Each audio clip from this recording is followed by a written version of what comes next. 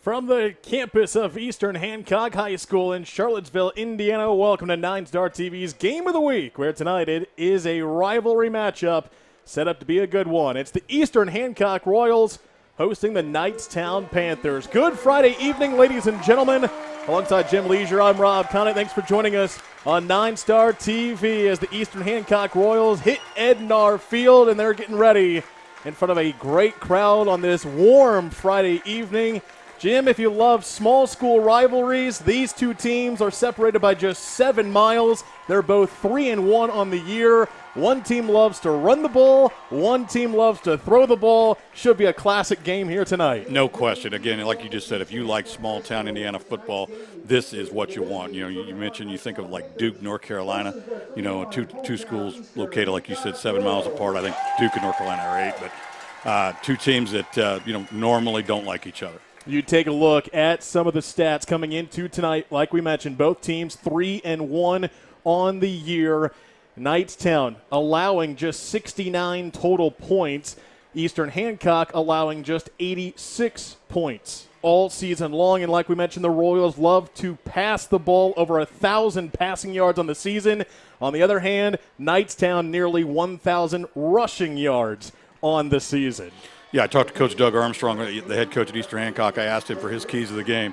The first one was tackle Walsh. He said, we have got to tackle this kid. We got to find a way to swarm him, get him to the ground, otherwise he'll run on all night. The other thing was score. He said, this is whoever scores 40 wins, and that's what he thinks it's going to take to win this game. You mentioned the name Walsh. That is Nick Walsh, the senior, rushing for Knightstown, 52 carries, 178 rushing yards per game, a total of 6 touchdowns to his name on the season for Knightstown.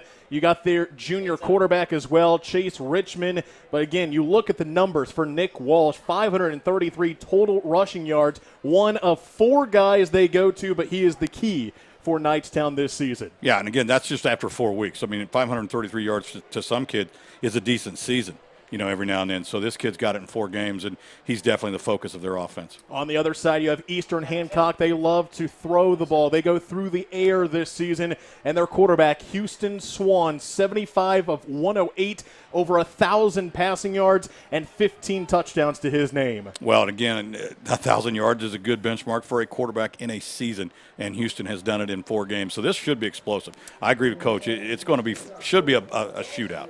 Again, Knightstown averaging about 27 points per game. Eastern Hancock nearly 40 points per game. And we mentioned it's a big rivalry. Both stands are packed. They're ready to go here tonight. And again, you look at the history of these two teams. Eastern Hancock at one point had won 5 games in a row from 2013 to 2017.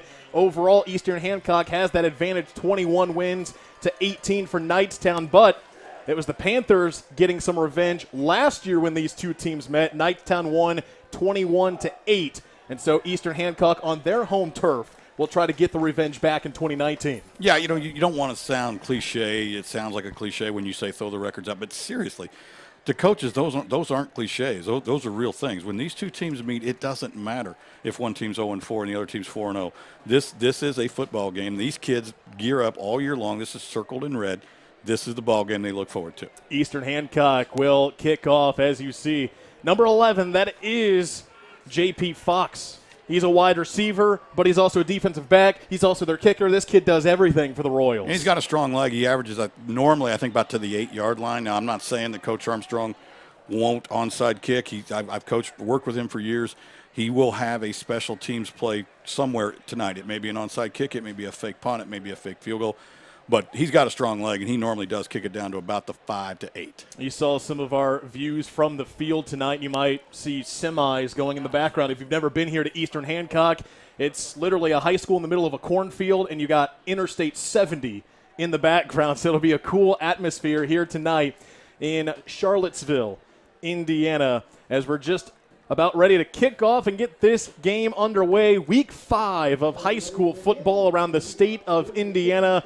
Both teams looking for that 4th victory of the season. Knightstown, this is the first time they are facing a team with a winning record.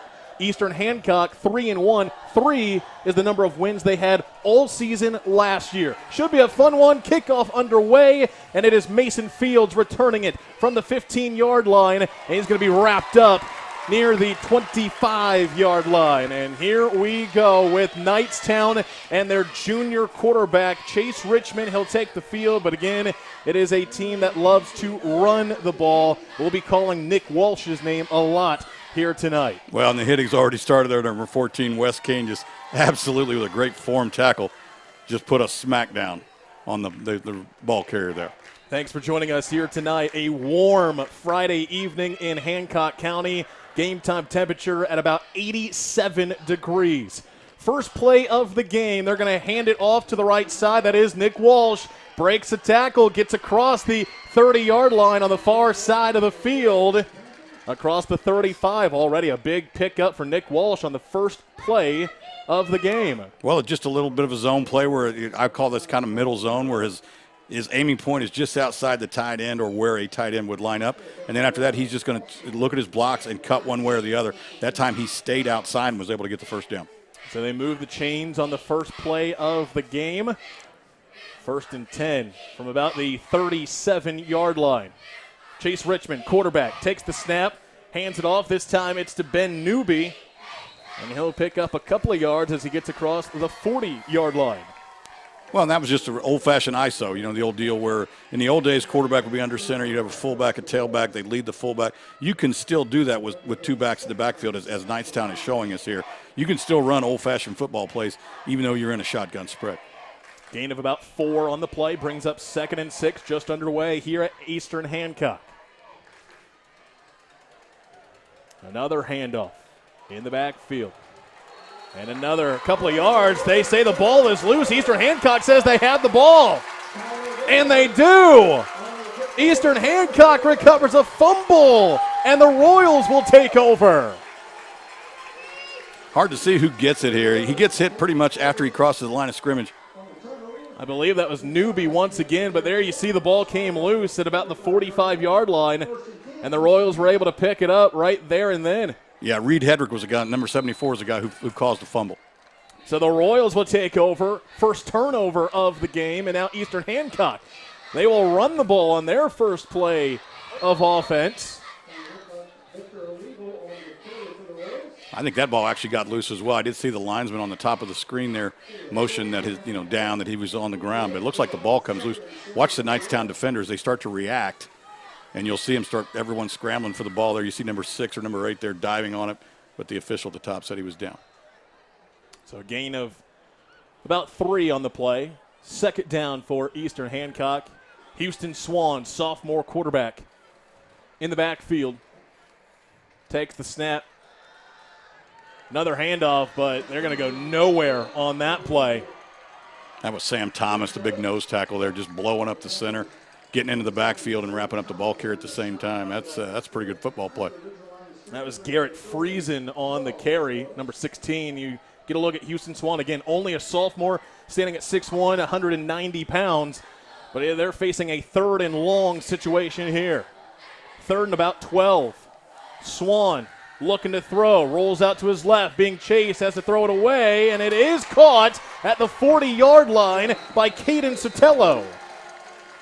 Knightstown brought a blitzer there. They brought an outside linebacker to Swan's left, and he had good protection here, and for some reason he rolls to his left. He probably should have stepped up and in the pocket. Found himself in trouble there, but he was lucky enough to find a receiver. Nice catch there by Caden Sotelo. His 12th reception of the season. But it's 4th down. They're going to go for it. Swan throws it. It is complete on the far sideline. There goes Caden Sotelo. 1st down and much, much more as he gets near the 10-yard line. Well, not only is that a great route, Rob, because it picks up the 1st down. You see the receiver get just past the sticks. So when he catches it, it's a 1st down. Anything he can make after that's on him. He breaks the tackle. Nice job. Nice move there by Caden Sotelo, the junior. And it's now 1st and goal, about 1st and 10 from the 11. Swan looking for the end zone, up and incomplete. They're looking for a flag, but nothing called. It was Robert Porter on the coverage for Knightstown's defense. Let's take a look at the replay. Eastern Hancock wanted the flag called. Just a really good defensive play there. There was very little, if any, contact, but certainly not enough. When officials officiate, they go on the advantage, disadvantage things. Nobody gained an advantage there. 2nd and 10 from about the 10.5-yard line. Eastern Hancock on that big, nice throw and catch from Swan to Sotelo, setting up this situation. They're going to hand it off. And it's Cole Rainbolt trying to make a move towards the middle. Picks up a couple of yards on the play. Well, they try to run the jet sweep to the right here. And this is a play that we used to call jet cut, where just what he did there, where he cuts back. We're going to try to get all the defenders going one way, plant our foot, change direction, get up underneath them. Defended well by Knightstown. It's now 3rd and 8. Swan in the shotgun, takes the snap, looks left. Now he's going to throw across the middle, up for grabs, touchdown! J.P. Fox for the Eastern Hancock touchdown. Well, if you watch the replay here, you're going to see Swan look off the receiver. He looks left, comes right back over the middle. This was pre-designed. He knew who he was going to throw to. He knew exactly what he was doing. Nice job, nice catch, way to come down with it. Nice little jump ball going up for the rebound and the catch. J.P. Fox, the junior, his 4th touchdown of the season. And Eastern Hancock, they're going to go for 2. Swan in the backfield, along with Garrett Friesen. They'll hand it off to Friesen, trying to go up the middle, and he got it. 2-point conversion is good. Really? Eastern Hancock, with 8:30 left in the first quarter, they lead 8-0. Well, really good surge by the left side of the Royal line there. You see on the replay here, this is what we just call inside zone. He's going to try to hit the A-gap. You see him right over the center. And then the rest of it, you see people pushing the pile there, which is legal. You can push the pile. You can't push the ball carrier. Number 58, Tyler Cavaletto, looked like he was helping that pile move into the end zone. So Eastern Hancock takes advantage of the Knightstown turnover, and they go 45 yards for the touchdown drive. 8-0 with the Royals. And an early lead here in the first quarter. We'll see what Eastern does here. It looks like Fox has got the ball set normally. I used to coach kickoff return. I always tell my front 5 guys, look at the football. If it's set weird, expect something. They do have 6 guys to Fox's right and only 4 behind him. They will kick off. Nice kick. It'll be returned from the 15. Once again, it is Mason Fields with the return to about the 25-yard line.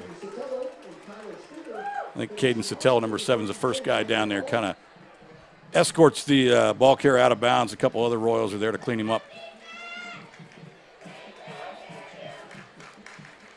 So the Panthers will try it again after they fumbled it away on their first possession. That was one thing Coach Montgomery talked to us before we went on air tonight, Jim, was 2 things he wants to work on tonight: the turnover margin and the penalties. They had 12 penalties last week in their win against Union City, so they got to clean up the penalties and the turnover margin. Right. We haven't seen any flags yet, but certainly when you turn the ball over, your chances of winning decreases. They're going to hand it off and breaking loose. Nick Walsh, their leading rusher, going to pick up about 6 on the play.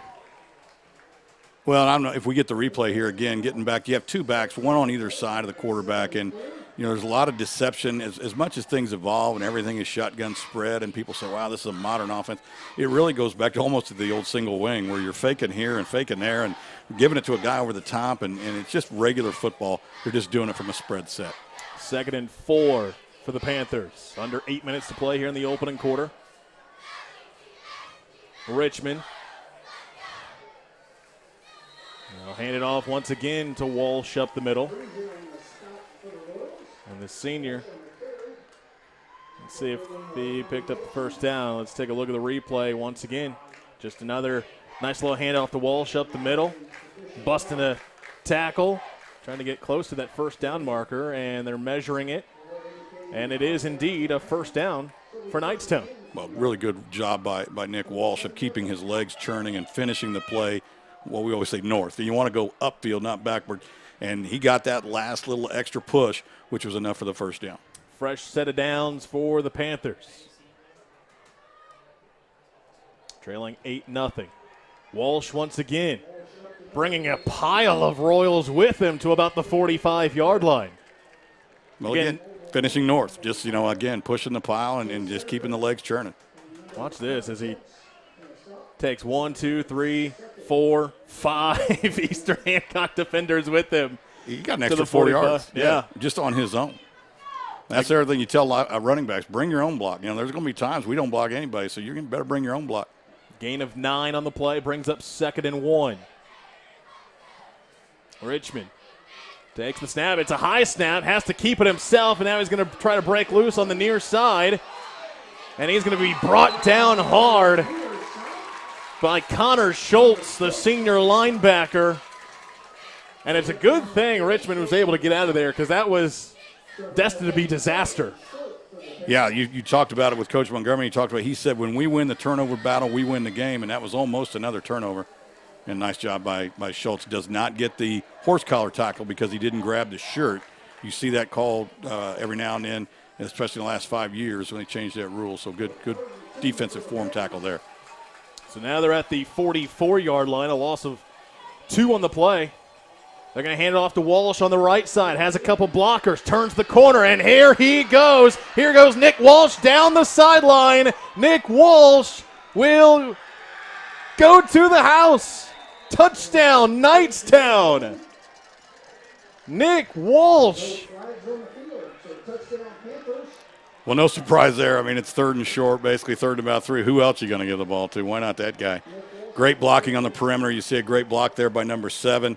Downfield, the wideout, that's Mason Muncie with a nice perimeter block. Another great block downfield. Couldn't get a number on it, but it was a touchdown springer. 56 yards. Nick Walsh with his 7th rushing touchdown of the year. And now Knightstown will attempt the PAT. Brett Montgomery will try to kick it. It is up, and it is good.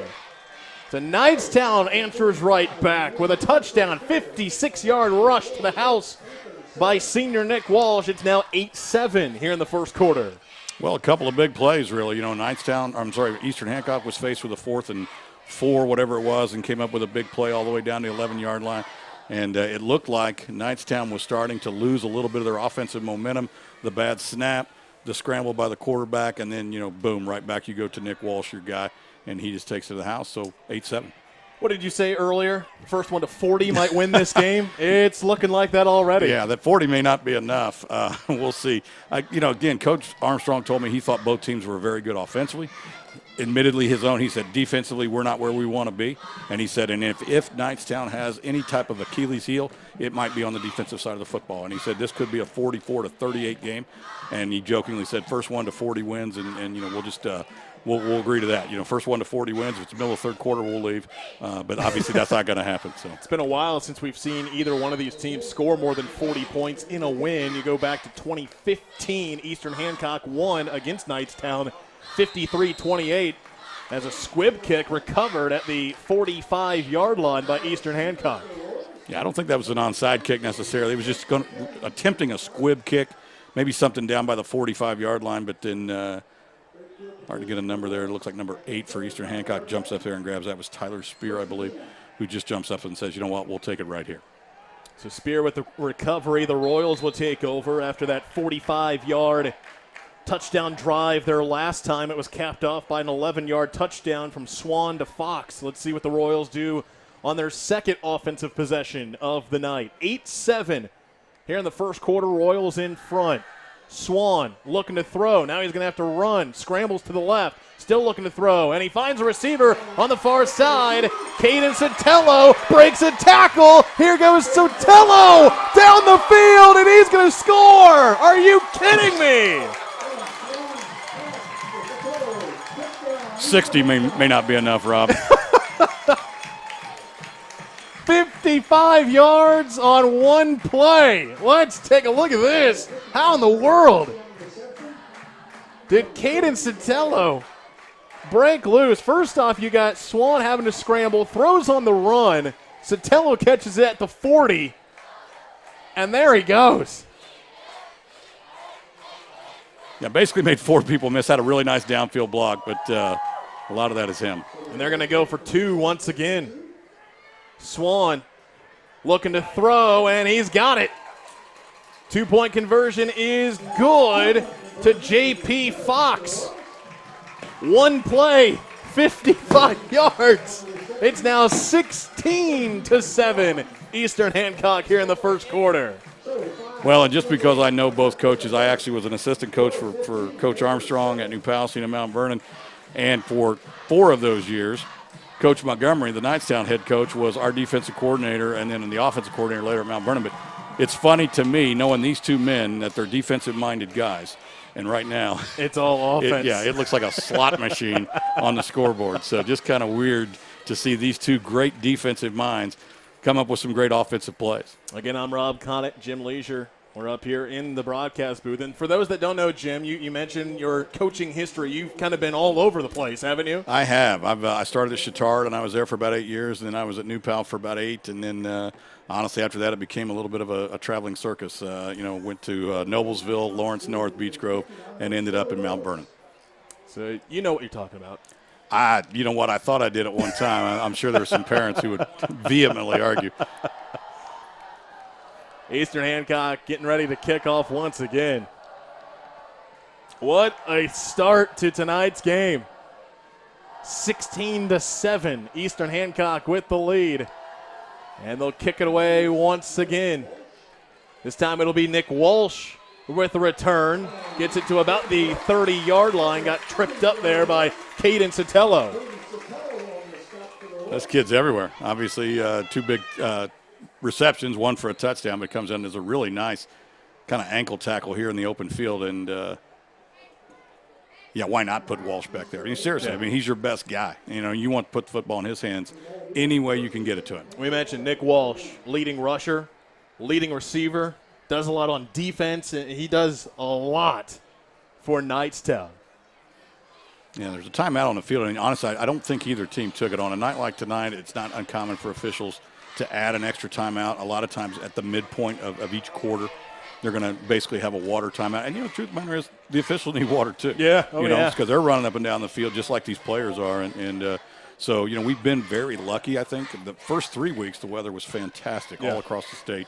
Last week, a little bit muggy, but nothing like this. You can almost chew the air here tonight. It's so humid. Again, temperature about 87 degrees when we kicked off here tonight. You see the Eastern Hancock student section. Probably a good choice on them to wear white. It's a whiteout for Eastern Hancock. But they're trying to stay nice and cool as best as they can, as is everyone else here tonight on a muggy night in Hancock County. But we thank you for joining us.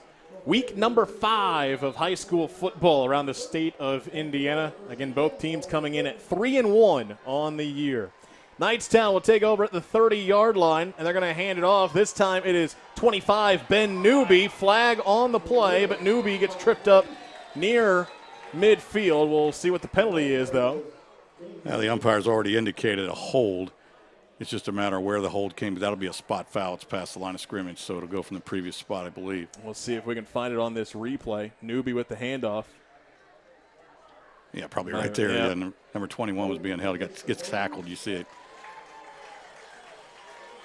Right there at about the 34-yard line. So first penalty of the game. And, again, that's something Coach Montgomery talked to us about earlier tonight before we went on air in Knightstown. That's one thing they're trying to clean up. They had 12 penalties, 12 holding penalties. Yes, just 12 last holding week penalties, right. In their win against Union City. So that'll move them back a couple of yards. Still first down for the Panthers. And they'll hand it off once more, getting across the 30-yard line. Once again, it was Ben Newby, the junior. So we've mentioned Nick Walsh. Obviously, he does it all for Knightstown. Came in with 533 rushing yards. Already has totaled or added to that with a 56-yard touchdown run. But Ben Newby is their second leading guy, about 50 yards on the ground per game coming into tonight. Picked up about 4 on that play, brings up 2nd and 8. And another flag. false start could be called against Knightstown.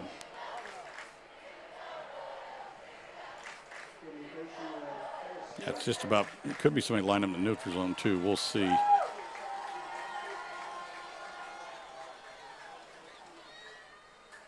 I did not see the signal from the head referee there. But they backed Knightstown up, so it must have been a false start. It's one of those two. Either one of the, because they'll blow both of them dead. In high school football, once the center has set the ball, he's got his hands on it. If a defender gets in the neutral zone, it's an automatic dead ball. It's not like college and pro where you can get back. So it's one of the two, and obviously it must have been a false start. So right back where they were, it's now 2nd and 13. Looking to throw, and that came out of the hands of Chase Richmond, a little awkward. Might have been tipped at the line of scrimmage. Either way, an incomplete pass. Looked like somebody got a hand on it here. Might have been 50, yeah. Tyler Fields, the freshman, getting a hand on that for Eastern Hancock. Well, again, at this level of football, whether you're single A, double A, it's not uncommon to play freshmen. If you've got a kid that can play, you don't have 85 guys on your roster. So if you got a kid that can play, even if he's a 9th grader, you get him in the ball game. Yeah. 3rd and long for Knightstown. The Eastern Hancock faithful getting loud for their defense here. Looking to throw once again. It is caught on the far side. And James Lukens will pick up about 5 or 6 on the play, but that will bring up 4th down. Now they tried a little screen there, a little flanker screen or split-end screen. The blocking's there. You can see the downfield blocks. And he makes one guy miss, but just not enough. Too much blue out there to break those. So it looks like Knightstown will punt. And who else? Nick Walsh with a booming punt. It'll bounce at the 35 and be picked up by Cole Rainbolt, but he is immediately wrapped up at the 25-yard line. What can Nick Walsh not do? He is their leading rusher, leading receiver. He plays defense, and he's their punter. Yeah, he's a very valuable kid, and obviously some of you want to keep healthy, but you also got to keep him fresh. And on a night like tonight, we saw the last series where you got a little bit more of Ben Newby running the football, and that might have just been Coach Montgomery saying, you know what, kid, take a breather here, drink some water. We'll let Ben run the football for a possession. And who knows, maybe had they got a first down, maybe they'd have come right back to him. But that's not uncommon. You got to keep that kid fresh and in the ballgame. Eastern Hancock will start at the 25-yard line. They've already scored 2 touchdowns on 2 offensive drives so far here in the first quarter. Swan, the sophomore, takes the snap.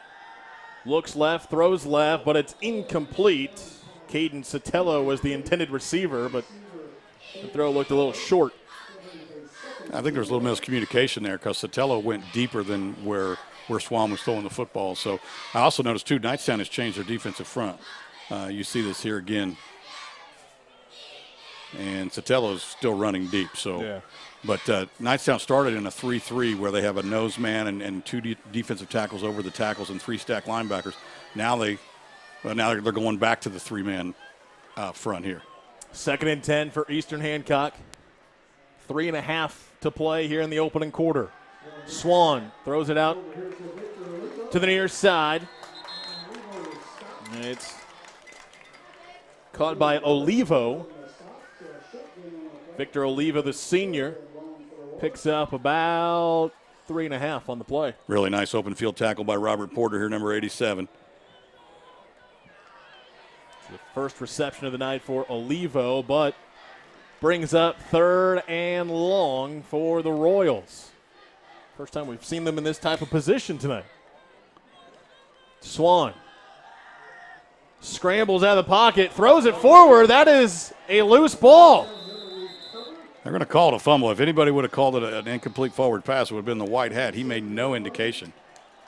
They're going to give that to Knightstown. Yeah, we'll see the replay here. If it is a forward pass, even underhanded, it's an incomplete pass. But the white hat makes that call, and he does not make any call. That's a fumble. Yeah, that came loose. Yeah. And it was recovered by Sam Thomas, the 6'3", 295-pound junior with the fumble recovery. So a turnover there for Eastern Hancock and great field position for the Panthers. And a lot of times you like teams will take a shot at the end zone after a big turnover like this. They're going to pitch it out to Ben Newby, trying to turn the corner. He does. Breaks away from one tackle. Here goes Newby on the far sideline, diving for the pylon. And they're going to rule him just short of the goal line. But what a run by the junior Ben Newby. Yeah, he was hit at the line of scrimmage. He breaks a tackle there and then runs through everybody else. You'll see it here right about the 30-yard line. There's going to be a defender there that gets right there, gets a hand on him about the 31. Newby just runs right through it. Trying to get to the goal line. They're going to push the pile, but they're going to rule him short. That'll bring up second and goal for Knightstown. They trail 16-7 with just over 2 minutes to play here in the opening frame. Now, Coach Montgomery trying to catch the Royal defense napping just very quickly, got the line of scrimmage and ran what we call just a wedge, where all the linemen literally block each other. You push the lineman to the inside, try to get in the end zone. Newby and Walsh in the backfield. They'll hand it off to Walsh, tries to dive for the end zone, and he's in. Touchdown, Knightstown. Nick Walsh with his second rushing touchdown of the night.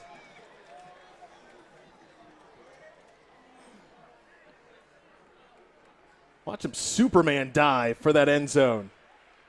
Yeah, he's just such a good runner that you're not going to be able to keep him out from there. He's going to find a way. He's a great athlete, great kid. He's going to find a way. Knightstown to attempt the extra point. And again, it's Nick Walsh doing the kicking. I'm surprised he's like Bugs Bunny where he doesn't snap it, hold it, and kick it.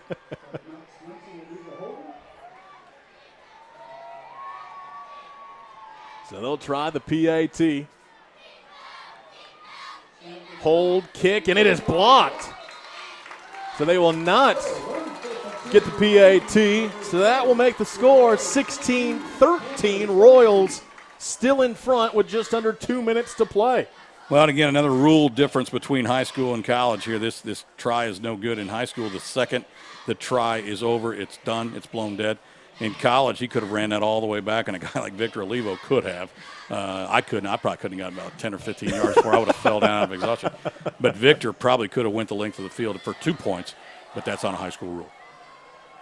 16-13, Eastern Hancock still with the lead. What a first quarter. Unbelievable. I really did not expect this. I mean, it's just been big plays, but big plays off of turnovers. I mean, when you turn the ball over your own 31-yard line, I don't know the exact figure, but it's got to be less than 20% of the time do you keep them from scoring, whether it's a field goal or a touchdown. So protect the football, you have a tendency to win. You get a good look at Chad Montgomery. It was 9-2 in his first year with Knightstown last season. They lost the first game of the season, went on a 9-game winning streak, and then ended up losing in the sectional. And they've started this 2019 campaign with a record of 3-1. And an onside kick, it will be recovered by Eastern Hancock about the 48-yard line. Well, we talked, Rob, in off camera before the game. I actually saw Walsh practicing his onside kicks, and not surprised that he's going to give it a shot here. Unfortunately, it's great if you get it, but now, again, talk about field position. Eastern Hancock starting on your side of the 50-yard line, and they haven't even ran a play yet. So tough to give up that field position, but Coach Montgomery felt it was worth it to try to get the onside kick. The Eastern Hancock, they fumbled on their last possession. Great start near midfield on this possession. Swan will throw it out to the near side. It is caught by Zach Arnold. Breaks one tackle across the 45. Spins around, and he's across the 35. Finally brought down near the 30. What a move by Zach Arnold, the sophomore. What a little bitty guy, too. You see him get up off the pile, and everyone's towering over him. I'll tell you what, more than anything else, what I've seen so far from both teams is poor tackling. You got to make these tackles, guys. I mean, you got to wrap people up, put your shoulder pad into his rib cage. A handoff up the middle. And getting across the 25, a flag thrown at the end of the play as it was Olivo with the carry, but we'll see what the penalty is. Could be a face mask. A lot of times when you got that scrum, somebody gets their hand on some of the headgear.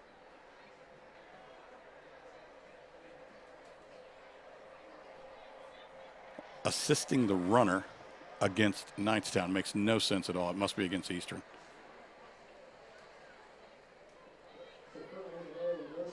and it's just a horrible call, just a terrible call. You never see that called. If this is assisting the runner, that's just horrible. That the umpire there, he doesn't understand the rule. You can push the pile, okay, and that's all that you saw the late lineman come in late, and he just kind of pushes the whole group forward. Just awful. That's either an official who doesn't understand the rule or just wanted to insert himself in the game here. I was going to say, I've never seen that called. The only time you ever see in it high school is on the goal line. Sometimes they'll give the ball to a running back who's stacked up, and then the quarterback will go and push the running back in the back. That's clear and obvious. That's assisting the runner. That's not what we had here. Yeah.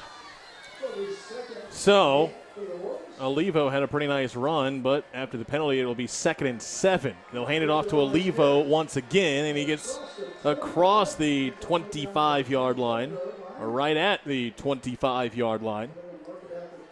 They'll bring up 3rd and about 3. Well, here you have your entire playbook open to you really here. You could run a little play action because that's going to get the defensive secondary to come downhill a little bit because 3rd and 3, you certainly could be running the football. Or you could just simply drop back and throw it. You can throw screens. You got the whole playbook available here. Under a minute to play here in the first quarter. Swan looking to throw, and it is caught. Caden Sotelo once again, and he is pretty close to that first down marker. Looks like the ball came loose again because number 16 comes up with it for Eastern Hancock. I also saw several defensive players. Watch the defensive players react at the end of the play. And they're not diving on the ground because somebody lost a contact lens. They're diving on the ground because the ball's loose. You see it. Yeah. Came loose at the very end, but Eastern Hancock able to recover, and now they're going to measure to see how close it is to that first down marker. And after the fumble, great view, by the way, by our camera guys down on the field, and that is how short Eastern Hancock is. It'll be 4th at about 6 inches. Yeah, and with no real kicking game, I mean, there's certainly not a chance for a field goal here. This is a no-brainer for Coach Armstrong and his staff. Now, again, this is something philosophically as a coach. When you're a shotgun spread team, it's 4th and 6 inches, and you're getting ready to snap it back and make it 4th and 6. I don't understand why you can't get under center. But see, again, when he catches the football, you're about 5 yards back. Yeah. They'll hand it off up the middle. Garrett Friesen, and it looks like he got it. There you go, past the white stripe, and the white stripe was past the marker. So the drive stays alive for the Royals. Here in the late stages of the first quarter, they lead 16-13. And about 15 seconds left. Here in the first quarter, Swan once again to the shotgun. Takes the snap, quick throw, and it is deflected at the line. Incomplete. And a great play there by the Knightstown defense. Yeah, defensive end there. It looked like Ben Brown. He's listed as 6'3", and he does a nice job of just leaving his feet, which is what you're supposed to do. It's what you coach those kids to do. If you can't get there, if you're a defensive lineman, you're rushing the passer, you can't get there, he releases the ball, jump. You got nothing to lose. You're not going to get there anyway. So it brings up 2nd and 10. Swan hands it off. Friesen, and he is dropped at about the 14-yard line, and that will end the first quarter. Entertaining start to tonight's game. After one, it is Eastern Hancock 16, Knightstown 13. We'll be right back. You're watching our Game of the Week, Friday Night Lights on Ninestar TV. It's time to get more from your healthcare. More time with your family. More ways to live a healthy life. More of what really matters to you. At Hancock Health Gateway, get expert personal attention. First-class immediate care when you need it most. Affordable labs, scans, x-rays, and ultrasounds. Easy check-ins, upfront cost estimates, and pricing and billing that just makes sense. New Pal, Greenfield, McCordsville, East Indianapolis. Hancock Health Gateway is right where you live. Hancock Health Gateway, a vision of healthful living brought to you by the people of Hancock County. Opening in September at I-70 and Mount Comfort Road. Learn more at hancockgateway.org.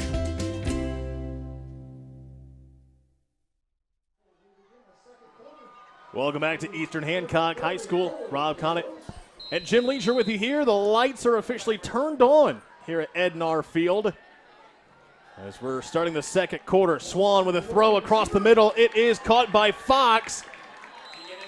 And a shoestring tackle made by Nick Walsh, of all people, for Knightstown. Just shy of the goal line. Well, I noticed again in pregame when we were looking at the statistics that Walsh wasn't the leading tackler, but he did have about 15 or 16, which led me to believe he's probably the free safety, which it looks like they're playing a two-deep look. So, again, best player on the field, you want him deep. That brings up first and goal, and now a timeout taken by Knightstown.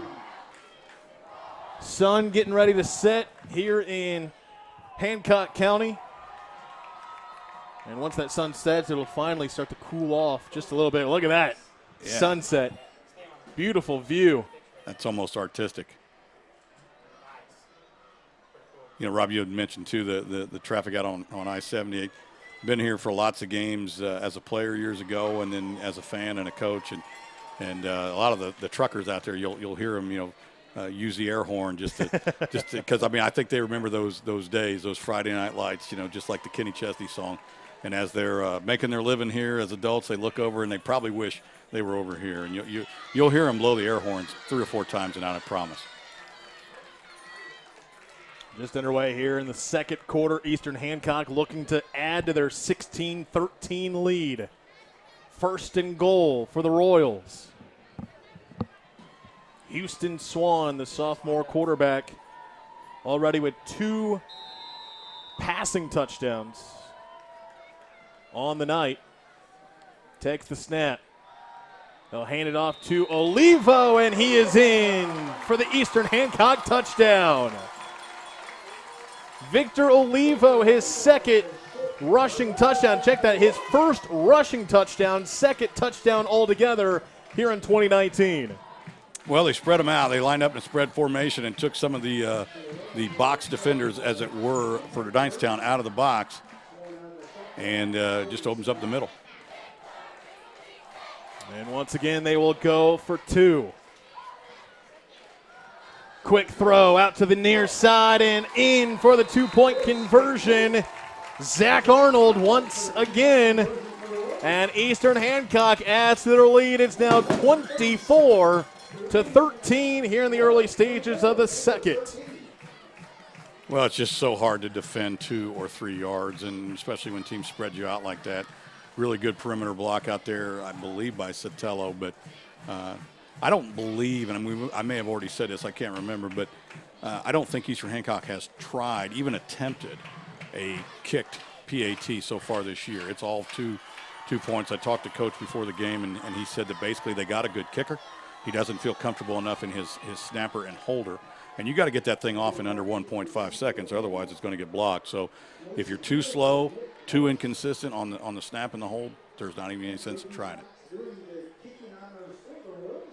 The Eastern Hancock third touchdown of the night. They scored 2 early on in the first quarter. 11-yard touchdown pass from Swan to Fox. And then Swan to Sotelo. And now a 1-yard touchdown rush for Victor Olivo. So 24-13 Royals with the lead. And now the return. On the far side of the field, Mason Fields will get across the 25-yard line to about the 27. Well, Coach Montgomery, they're employing the theory that if you always return kicks back to your sideline, you'll get fewer penalties because nobody on your sideline is going to be yelling, "That's a block on him back, that's a hold." If you come this way, you're going to have 25 officials over here. Oh, that's a good point. So always return to your sideline until you don't, and then that's when you and that's when you trip them up. You go to your sideline, to your sideline, to your sideline. Teams start to over-adjust, then you come back the other way. Knightstown will take over, starting this drive at about the 26-yard line. They trail 24-13 here in the early stages of the second. Walsh with the handoff. Walsh down the sideline. Walsh is free. Nick Walsh going all the way. Touchdown, Knightstown. 74 yards. My goodness. Yeah, I hope this young man can hold up because it's going to be a great football game to watch if he can hold up. It's hard to go this far. Again, he's already done it twice now. Really nice block. I think it was by Muncie downfield right there. You see it on your screen. Hard to see the player, but the number.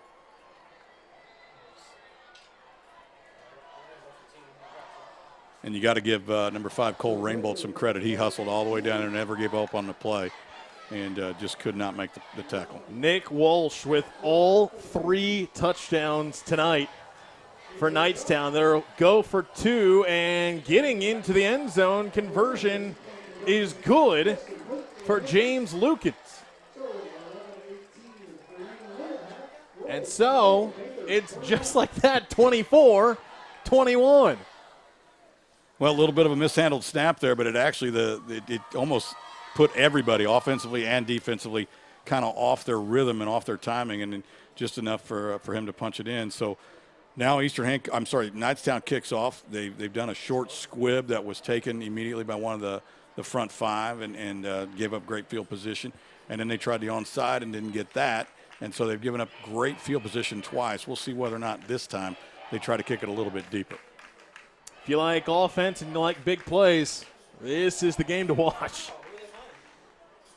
You have a 56-yard touchdown rush by Nick Walsh in the first quarter, and a 55-yard pass from Swan to Sotelo in the first quarter, and now a 75-yard touchdown run by Nick Walsh. Big plays here in the first half, 24-21, and another squib kick. It will be recovered by the Royals at the 38-yard line, and Wes Kane, the junior, will get it close to midfield. Looks like we may have a Knightstown player down. Try to get a number. Looks like number 15, as you can see on your screen there. That is James Lukens. Senior wide receiver DB. Hard to see what happened. Honestly, the way he's holding his head and the way he's staying very still, that's not a good sign necessarily. It could be, a neck or something like that. I don't know if we can get a replay here to see whether or not sometimes players that you wear helmets to protect your head when you inadvertently have to make contact. It's well documented from the NFL on down. Don't lead with your head. Don't tackle with your head. Don't block with your head. Every now and then, though, if you lose your balance and then, maybe you take a knee to the head, or that's why you got a helmet on. Right. Is so that, when you do lose your balance or the ball carrier shifts on you at the last minute, there could be some contact, either head-to-head, helmet-to-helmet, or knee-to-helmet. This is not necessarily looking very good. So it's James Lukens, the senior for Knightstown, who is down at the 45-yard line. And all night long, both fan bases have had a lot to cheer about, but right now it's pretty quiet. We're going to take a commercial break as they attend to James Lukens at the 45-yard line. We'll be back on Ninestar TV.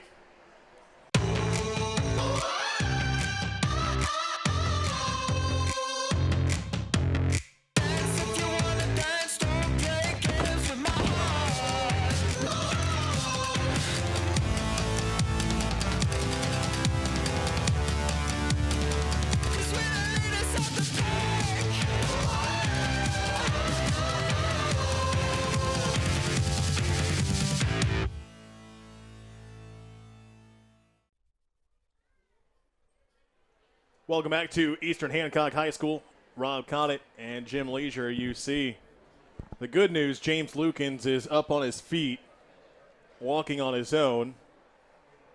Not so good news is he's needing assistance and walking very slowly, but down for a couple of minutes. We didn't get exactly a good look at what happened, but We're hoping James Lukens will be okay, but as you can see there, he is walking very gingerly back to the Knightstown sidelines. Well, obviously there's absolutely no chance that he'll return tonight, and it looks like maybe it could be a collarbone too from the way that the medical personnel there is kind of holding his shoulder in place as they walk. But he's still not off the field.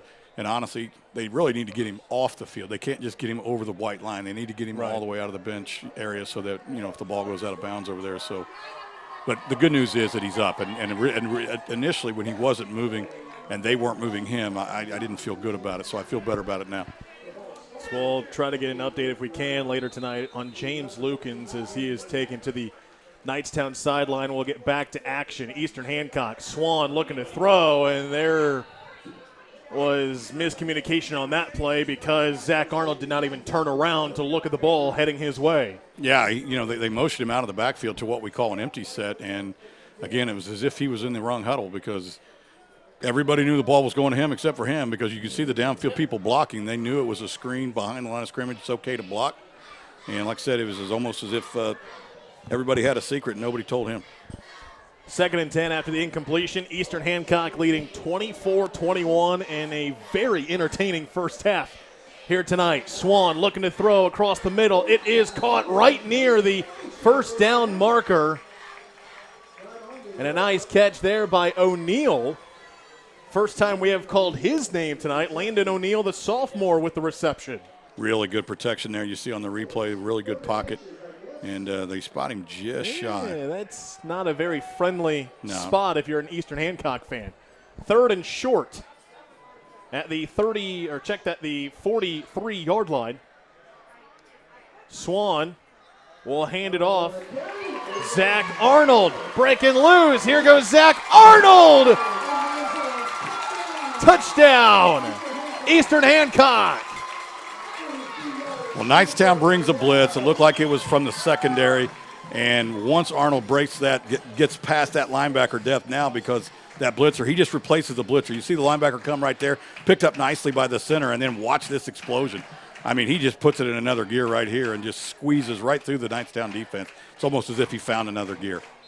Zach Arnold with the rush. His first rushing touchdown of the season. He had a couple of receptions in the end zone. His first one on the ground in 2019, and once again, the Royals will go for 2. Arnold, again, he's in. You like the way this kid runs. He changes directions really well. And that's 2 times that he's carried the football, and he hadn't really been touched either time because of his elusiveness. He starts right, doesn't see it, plants his foot, cuts back, or extra point, not touchdown. 32-21, the fireworks go off once again here at Eastern Hancock High School.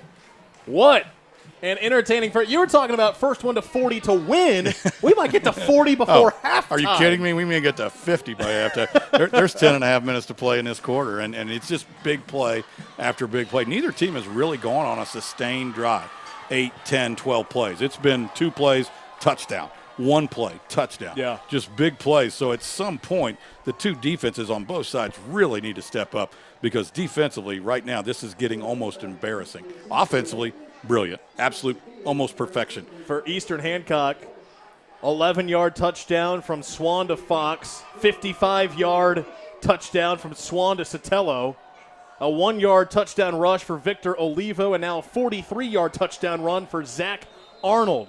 4 touchdowns on 5 possessions for Eastern Hancock. They lead it 32-21.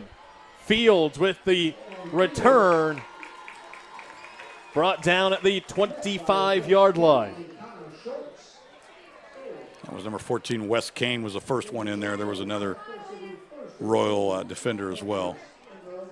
This is a big deal. You got, when you're kicking deep and you got a good kicker, you want to keep them beyond or behind the 30-yard line. And anytime you can do that, that's a win for your kickoff team. For Knightstown,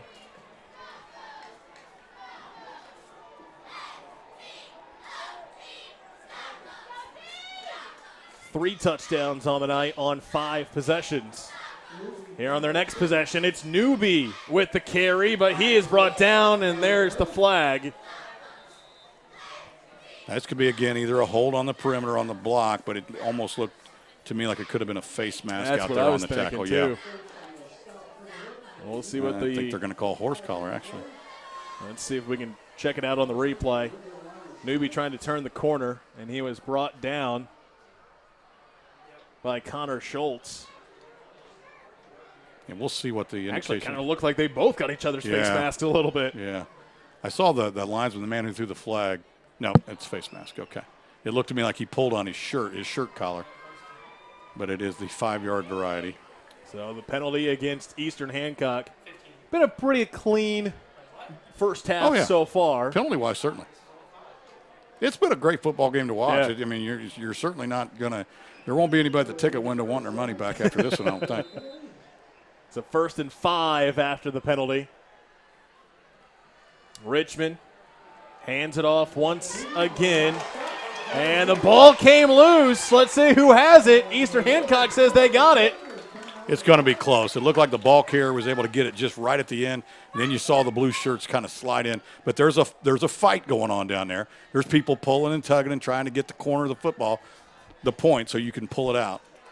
Meanwhile, Landon O'Neill is saying, hey, ref, thank you. The referee was on top of him, trying to figure out who had the ball in that pile. You'll see it again. The ball's loose right there. Yeah, what a great play. And then it wasn't the ball carrier. Oh, no, it is the ball carrier, and he was able to get it. But I didn't know whether or not some of those Royal defensive players weren't tugging and pulling on it.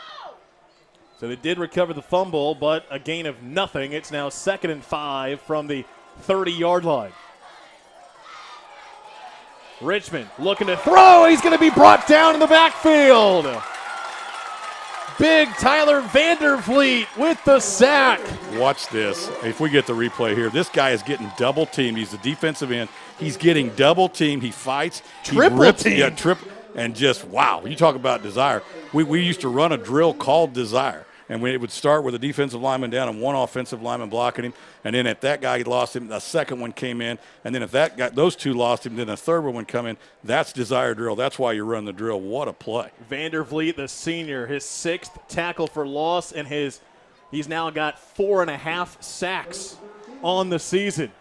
3rd and long after the long sack, and now Knightstown will hand it off. Here comes Walsh on the near side. He will be taken out of bounds at about the 32, and it will bring up 4th down for the Panthers. Boy, he just runs so well. You just watch him, and when he gets the football, I don't know about you, but I just start going, okay, all right, well, what's he going to do?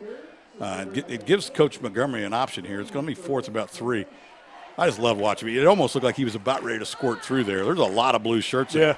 I mean, great pursuit by the Royal defense, but it doesn't matter with Nick Walsh. He's going to find a way to get an extra yard or two.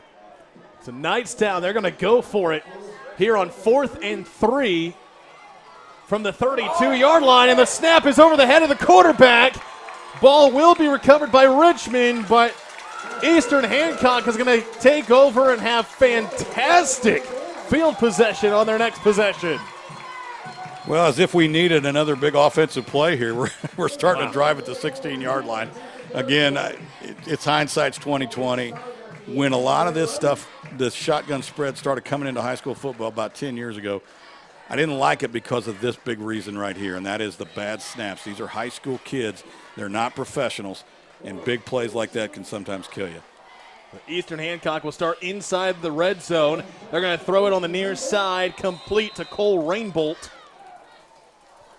And he's dropped at about the 15-yard line. Well, this play absolutely reads everywhere. Swan is going to read the backside defensive end on the zone read. Then if he decides to keep it, then the outside linebacker stays. You're going to see the fake to Olivo. He's reading this backside defensive end. He closes. He goes out. He's going to try to either keep it or throw it. He decided to throw it. It's really just a long option, like in the old days of the wishbone. 2nd and 7 for the Royals. They lead 32-21. Swan looking for the end zone. Incomplete. Just ahead of Caden Sotelo. He was looking for his 2nd touchdown of the night, but instead it will bring up 3rd and 7. Really good offensive line play. You look at the right tackle here, 58. That's Boudry, I think, and nice job of moving his feet. Gave Swan plenty of time. He just couldn't connect.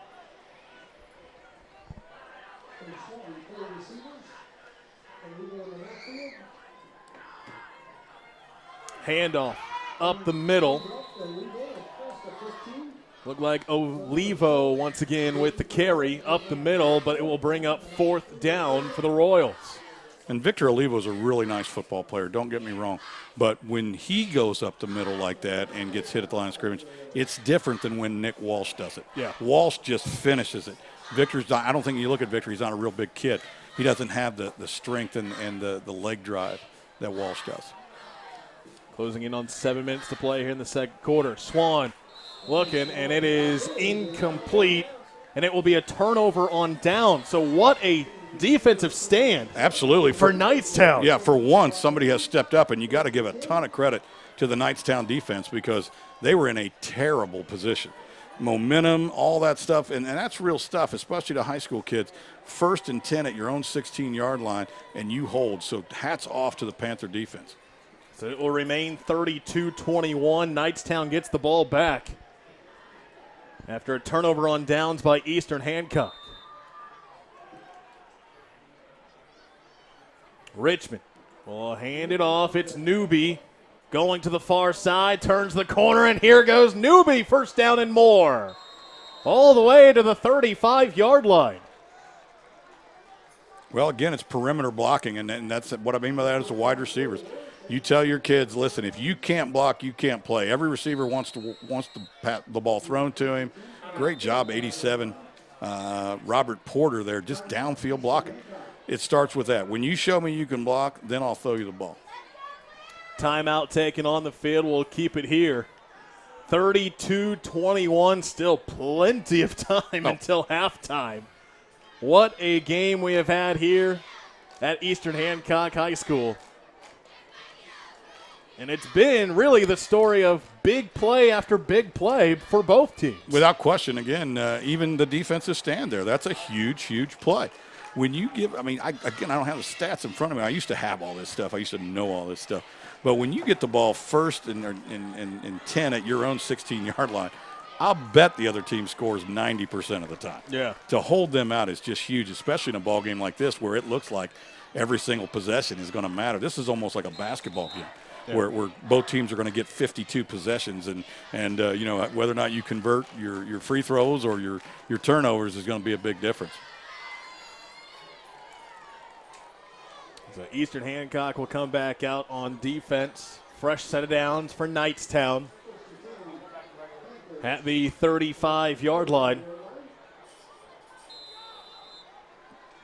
6:45 to play here in the first half.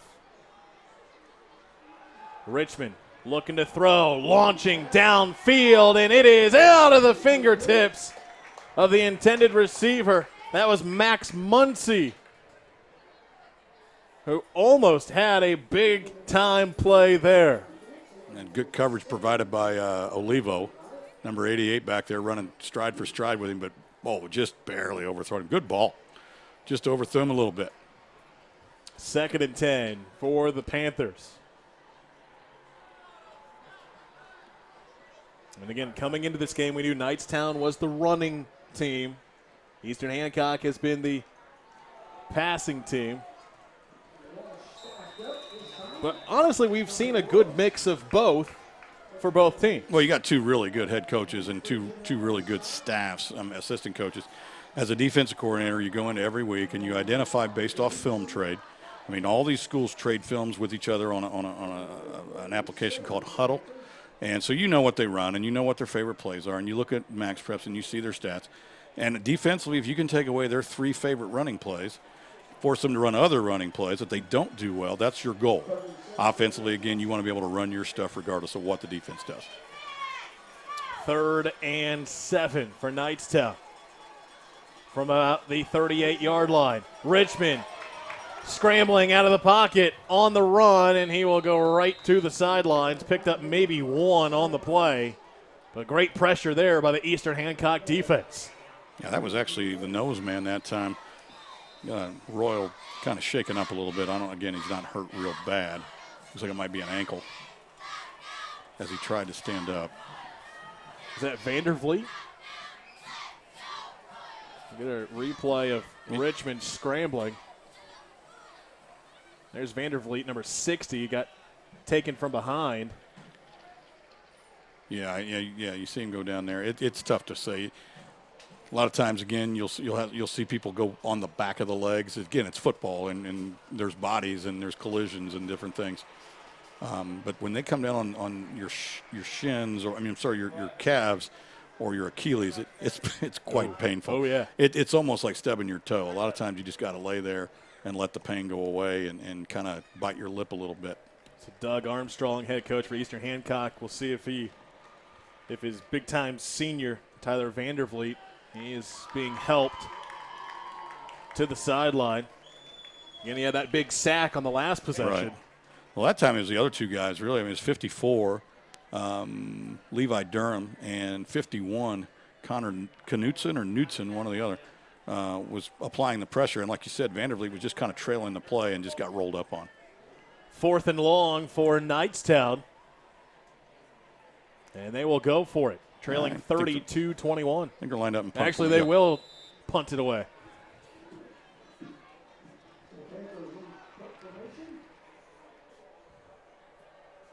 And Eastern Hancock will let it go. It will roll to about the 20-yard line. Actually, it turned out to be a nice punt for Knightstown. They flipped the field, and the Royals offense will come back out. After their last possession, they started in the red zone, and they were unable to find the end zone. Yeah, again, you got to remember this is high school football, and was there a flag on the play? They were talking about something. Looks like a flag back at 40.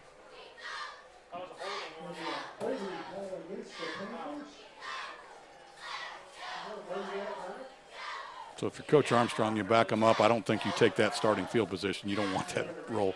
Make them kick it again. But one of the things that I've noticed so far is that the punt return guy is really, really deep. He needs to come up and either catch that ball in the air. Again, it's an old Craig Barr stat, but when a punt hits the ground, it costs you 20 yards because it just always invariably rolls that far. Run up there and fair catch it. Take it at the 40. Don't take it at the 20. Don't let it roll. We'll see what they decide to do. Looks like they're going to make them re-kick it, which is what I would do. If I'm Coach Armstrong, I don't like that field position. I say kick it again, and he's just signaling to his guy, move up. Catch the ball in the air. Don't let a punt hit the ground if you can avoid it. And you can. All you got to do is run up there and fair catch it. This is where one of those jugs machines, a lot of people think of a jugs machine, they think baseball, but jugs also makes a football machine. And if you have one, you can have your punt return guys catch 40 balls a night. Yeah. And it doesn't break your kicker's leg off because, right. At the high school level, a kid will eventually, his leg will fall off. But you can do 40 of them in about 5 minutes. Just have a student manager sit there and shove footballs through that machine and just practice fair catching it. You can get really, really good at it. So it looks like we finally got it figured out, and it looks like they will make Knightstown punt it again. So it'll be Nick Walsh to try it again for Knightstown after the holding penalty. Where's the return man last? He lined up a little bit shorter this time. He's lined up on his own 35. I'd move him up to the 40. And Walsh is back near the 20 to punt it away. Again, a nice punt once again, and this time it will be returned by Cole Rainbolt. Spins away from one tackler and finally brought down at about the 40-yard line. So that, in effect, that 10-yard holding penalty really becomes a 20-yard penalty. Wasn't the ball originally like at the 20? Yeah, about the 25. Okay, all right. So 15-yard penalty there is really what it cost you.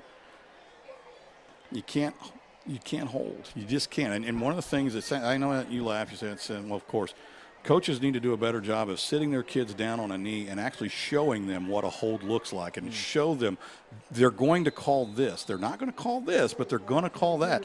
You got to coach them, and that's just unacceptable. Swan will hand it off. Coming on the near side, it's J.P. Fox. Going to be wrapped up by about 4 different Panthers right at the 50. So a nice carry there for J.P. Fox. Yeah, a little bit of a trick play there, and I think you and I talked earlier in the week, Rob, and I told you that these two coaches know each other so well. offensively and defensively, that I think there's just going to be some more of that stuff where not just misdirection, but almost kind of trick plays, reverses, halfback passes, that kind of stuff, unbalanced lines. Second and short, they'll pitch it, same play. Fox has the first down. He's thrown down at about the 47-yard line. Same play 2 times in a row, and they're able to move the chains. And the good thing about this is technically a forward pass because you see Swan pitches it forward. So if he fumbles it, it's very safe play. If he fumbles it, it's just simply an incomplete pass. Very safe but effective play. Fresh set of downs for the Royals. They lead 32-21 here in the second quarter. And a fumble on the play. Ball is loose.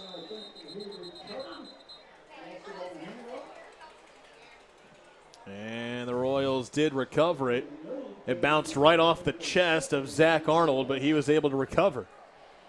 Yeah, I think it's just one of these deals where he's got his eyes on the defense, and it's really the quarterback's job to put it in his belly, but it's also his job to make sure he has a nice wide pocket. And I think he just had so much focus on the defense that he literally forgot to take the football with him.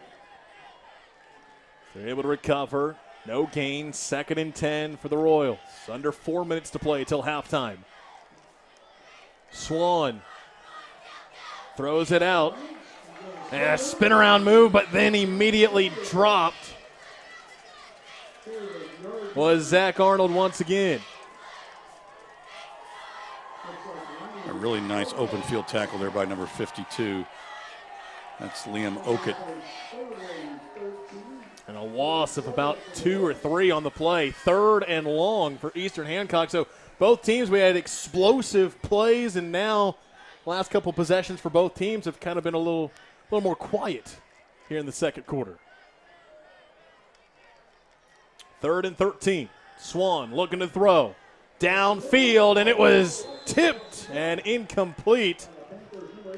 Robert Porter getting his hands on that one to deflect the pass. Yeah, and normally I would have said earlier, this has got to slow down. I mean, but I was beginning to wonder because this thing was getting out of hand offensively. And you're right, Porter does a nice job of defending that. Coach Armstrong now faced with a 4th and about 13. We'll see. They've lined up to go for it. They're up by 11 with 3 minutes to play here in the first half. Swan in the shotgun like he has been all night. Takes the snap, looks to throw, downfield, and it's over the head of J.P. Fox, incomplete, and another turnover on downs. Yeah, I'm a little surprised there. I would have, if I'm a head coach, I would have tried to punt it deep and with just 3 minutes to go, force them to go the length of the field. Now, again, you could argue back, well, they can go the length of the field in one play by giving it to 22. I get that, but you know what? We got defensive players whose job it is to tackle him too. So instead of giving it to him at midfield, I would have tried to punt it down and make them go 70 yards instead of 52. So Knightstown will take over right around midfield. They trail 32-21 with under 3 to play here in the first half. They pitch it to Walsh, and he will be met at the line of scrimmage by a big pile of Royals. And the Panthers have got an opportunity here. They need to kind of hustle up to the line. I know there's about 2:40-some to go, but you're still 51 yards away. I'm a little surprised that they're huddling, and I'm a little surprised just how slowly they're doing it. There needs to be a little bit more urgency here. We have an opportunity to put some points on the board. We need to get up there and get it done. They're huddling almost 15 yards from the ball. Well, now, again, that takes 3 seconds, just running up there. That's just little things that coaches look at on film and say, guys, we got to fix this. 2nd and 9. Handoff. Walsh coming on the near side. Turns the corner, has a couple blockers, but he is brought down again. And it was Garrett Friesen, the senior, with the tackle. Well, Nick's a little slow to get up, but I don't think he's hurt. Honestly, I think he's exhausted. He's just tired. He plays offense. He plays defense. He's their punter. Right. He's not hurt. I think they're sending him off. You can see the official there pointing to him, and he's saying, check him out. He's not hurt. He's just tired. But great job by the Royal defense here. This is just continue to pursue. Use the sideline as that 12th defender. The last thing you want, and we've seen it twice already tonight, you don't want him to plant his foot and go north because if he does, he's gone. Yeah. So you just got to keep stringing him out, and then Knightstown's going to take a timeout, maybe to avoid Nick missing that play. We'll see. You see a lot of Panthers with their helmets off, they're getting water, and then you got Nick Walsh with his helmet still on saying, hey, I'm ready to go. Let's go. Yeah, I've seen this. I don't know the exact rule on when the officials order a player off to be examined, whether you can take a timeout in that situation. I know, like, let's say the kid is kind of injured, maybe his ankle's a little, and before the officials blow it dead, you as a coach can say, can I get a timeout? And then he does not have to come out of the game because you took the timeout before the official blew the injury timeout. So we'll see how they rule this. So you get a good look at Nick Walsh and the rest of the Panthers. Walsh with all 3 touchdowns for Knightstown here tonight. In the first half, they trail 32-21. Both teams explosive on offense in the first quarter and the early stages of the second quarter. But like we said, Jim, it's kind of slowed down. It's kind of quieted down a little bit over the last couple of possessions for both teams. Well, the defensive coordinators have started to come up with some answers. Basically, if you're going to line up like this and do that, then we're going to line up like this and do this. So give credit to both defensive coordinators for coming up with answers. That's really what this game is. It's all about adjustments. If you're going to do this, I got to do that. So Walsh will stay on the sidelines. Coming out of the timeout, 3rd and long for the Panthers. Just over 2 minutes to play.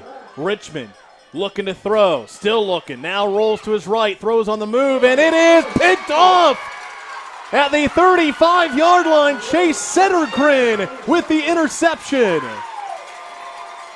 Defensive stops. I mean, I didn't think I'd say that all night. I was getting ready to put that phrase in my pocket.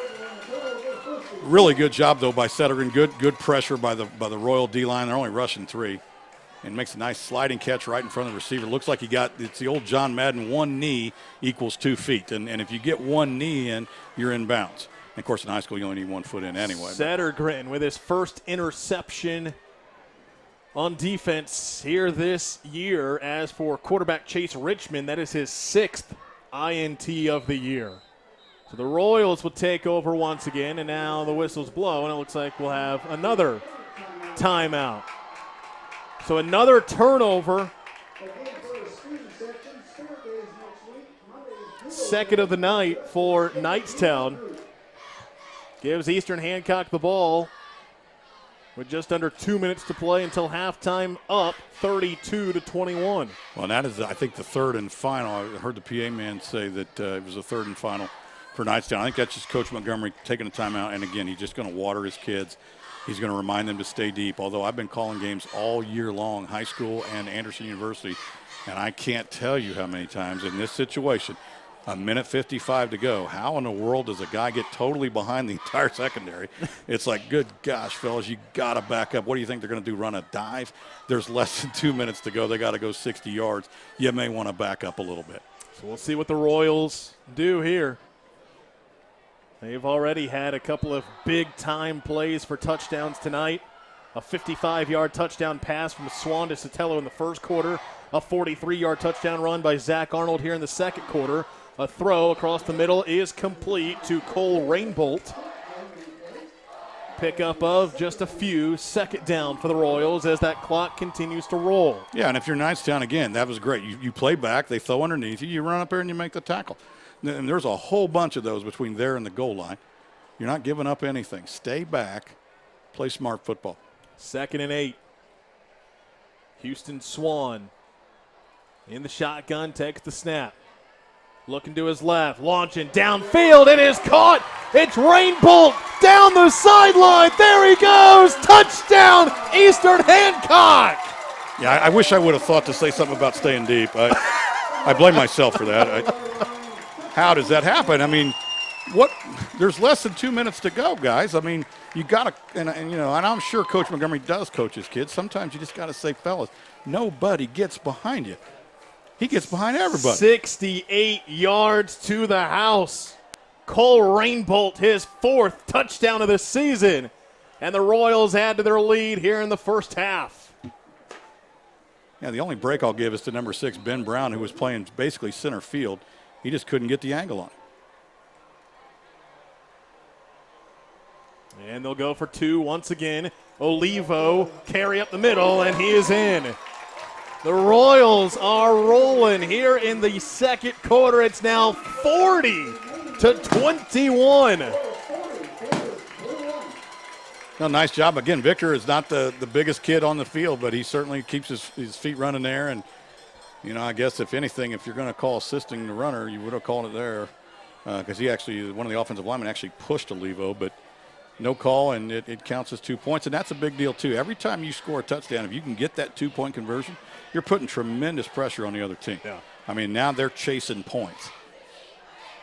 The Eastern Hancock marching band getting ready to perform at halftime. We still got just over a minute left here in the first half, but what a first half it has been for Eastern Hancock and their offense. An 11-yard touchdown pass from Swan to Fox to start this game. Then a 55-yard touchdown pass from Swan to Sotelo. It was 16-13 after one. Victor Olivo with a 1-yard touchdown rush. Zach Arnold with a 43-yard touchdown. And now Cole Rainbolt with the 68-yard reception to the house. Big play after big play for the Royals. Again, Jim, you said first one to 40. I think you were talking about to win, not necessarily the first half. No. Fields with the return for Knightstown, and he is going to be brought down just outside the 20. Yeah, that's Wes Kane again, and they've called his name 2 or 3 times on these kickoff returns. And if your kickoff team can get down there like this and make plays, you keep kicking it deep. There would have been some people probably that might have thought, well, again, you don't want to run the risk of them returning it, so do that deep squib, kick it down to the 30. But Coach Armstrong's had good success with his kickoff coverage, so he went on ahead and kicked it deep, and it paid off. Knightstown will start at the 21-yard line.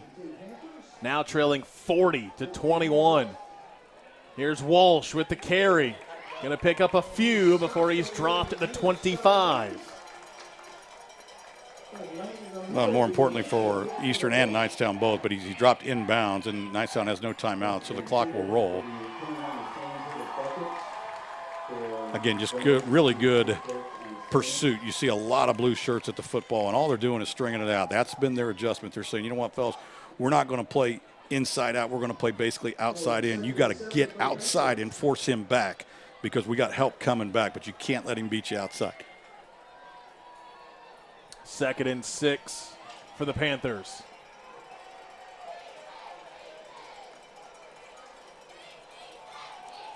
Newby with the carry across the 30, across the 35, picks up the first down for the Panthers as he's tackled right around the 37.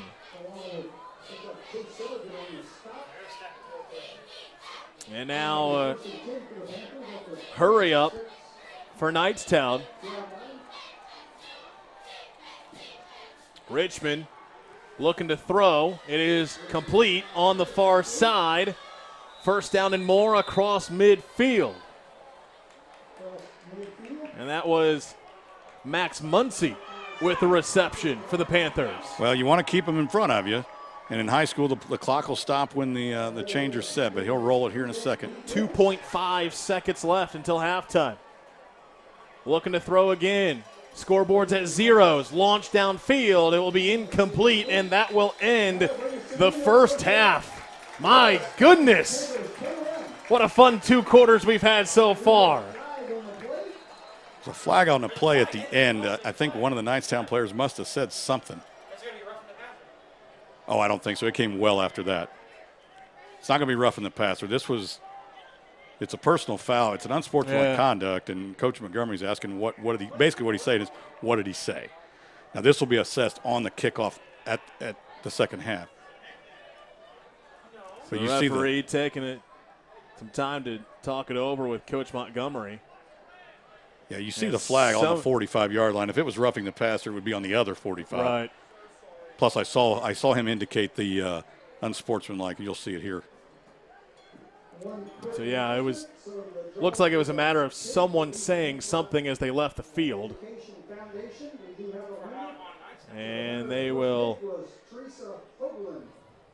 like you said, Jim, probably assess it. They're going to talk with Coach Armstrong now to see what they want to do.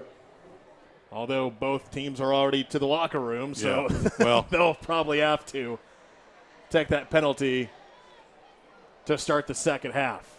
Yeah, it looks like, and I believe Knightstown kicked off to start the game, correct? Correct. So then Eastern Hancock will be kicking off from the Knightstown side of the 45, or the 50, I'm sorry, which is an excellent spot to onside. You might as well.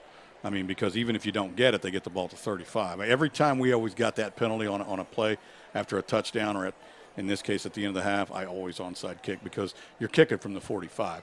If the kid kicks it in the end zone, they're going to get it at the 20. So that's not much. Yeah, you might as well. I mean, the worst you can do is 10 yards if they get it at the 35. Something to look out for when we start the second half. Your halftime score, Eastern Hancock 40, Knightstown 21. We'll be back on Ninestar TV. In the Pac-12, it's all about the fight. The enemy has a beat on you, so you bear down with clenched teeth. Without warning, you unleash a stampede. You fight for your pride. You fight for your colors. You fight on to live another day. Pac-12 football on FS1 or watch anywhere on the Fox Sports app. Welcome back to Eastern Hancock High School. Rob Conant, Jim Leisure back with you here as we get ready for the second half of tonight's contest. It's Eastern Hancock 40, Knightstown 21. Jim, what a fantastic first two quarters we've had here tonight. Yeah, lots and lots of fireworks, and I mean that literally and figuratively, as every time the Royals score, there's fireworks. Here is Nick Walsh on one of his long runs off the left side, just great downfield blocking, and this kid just explodes. 74 yards in that second quarter, one of three rushing touchdowns that Nick Walsh had in that first half. He has all the points for Knightstown here in tonight's game. Then you look at Eastern Hancock. They have scored 5 touchdowns and have converted 5 two-point conversions as well. And how about the quarterback, Houston Swan, connecting on this play in the first half. Cole Rainbolt with that 68-yard touchdown reception in the second quarter. Swan with 3 touchdowns through the air. Fox with an 11-yard touchdown reception. Sotelo with a 55-yard touchdown reception. Rainbolt with that 68-yard touchdown reception. And then you have Arnold on this 43-yard touchdown rush in the second half. And add into the mix, Victor Olivo also had a 1-yard touchdown rush in that first half. So 40 points on the board for Eastern Hancock in the first half. And just to put that into comparison, Jim, their season high in a game this year is 48 twice. Yeah. They have 40 at halftime here tonight. Well, I think Coach Armstrong and Coach Gallion, the offensive coordinator for Eastern Hancock, may have found themselves another weapon because Arnold was really not listed as one of the leading rushers. In fact, he didn't really even make the board here in terms of the stat board. Yeah. And but I really like the way the kid runs, and they've gone to him a couple different times. Once on the long touchdown, I believe on one of the 2-point conversions, if I'm not mistaken. Yep. So, it's always nice when about week 4 or 5 you find that kid that you weren't sure was ready for varsity competition, and then all of a sudden you find out he is, and that's a nice addition. And we talk about some other guys that have played in the first half that have kind of made some noise. How about the second running back for Knightstown, Ben Newby, the junior, just missed a touchdown on that run in the first half. That set up the 1-yard touchdown run for Nick Walsh. But Ben Newby has been seeing his name called a lot on the rushing game for Knightstown here tonight as well. Yeah, I like the way Newby runs, and here's one of Walsh here off the right side. This was early in the ball game. I think might be the first touchdown. And he just, again, you see that changing of gears, that explosion that good kids have, and bad kids like me wish they did. But yeah, Again, Knightstown all night long has been in that shotgun formation, but it's 2 backs, and not totally uncommon. But a lot of teams only run single backs, a la Eastern. Eastern generally only has the 1 back in the backfield. Coach Montgomery at Knightstown realizes, you know what, I got basically two weapons, and you got to defend them both. And you're going to see, and you've seen it already in the first half, some crisscross, some fakes here and gives there, but you'll also see some ISOs where just a snap and one guy lead blocks on linebacker, give to the tailback. You could also maybe see some quarterback leads here, where with two backs, quarterback takes a snap, both backs lead him around the corner or lead him up the middle. So that is one positive of the shotgun formation, is that your quarterback actually becomes a running back. We had a couple of injuries in that first half as well. James Lukens for Knightstown was taken off very slowly. He was down for about 5 minutes, and we're still not sure what it was. We haven't gotten any word on what it was, but they were kind of keeping his shoulder and collarbone in place as he walked off the field in that first half. And then for Eastern Hancock, their big guy on the defense, Tyler Vandervliet, got rolled up on in that first half. No word on him either. We'll keep an eye to see if either of those guys are back in the second half. Knightstown will kick off. It has been the Nick Walsh show for the Panthers, running the ball and kicking the ball. A short kick to start the second half, and it will be recovered near the 40-yard line. They're going to scramble for it. Knightstown says they got it, and they're going to check it out to see who actually recovered this ball. They got to unpile it here. Knightstown ball. It is Knightstown ball. Well, I'm a little Let's take a look at this. It's a short kick, but it takes a Knightstown bounce and comes back toward the kicking team. It was touched by Eastern Hancock, then the ball came loose. That is a free ball. Yeah, it would have been a free ball anyway. Free kick that goes 10 yards and hits the ground is just like an onside kick. And so Knightstown will take over. So how about that? Big break for the Panthers here. So the Panthers, trailing 40-21, will get the ball to start the second half.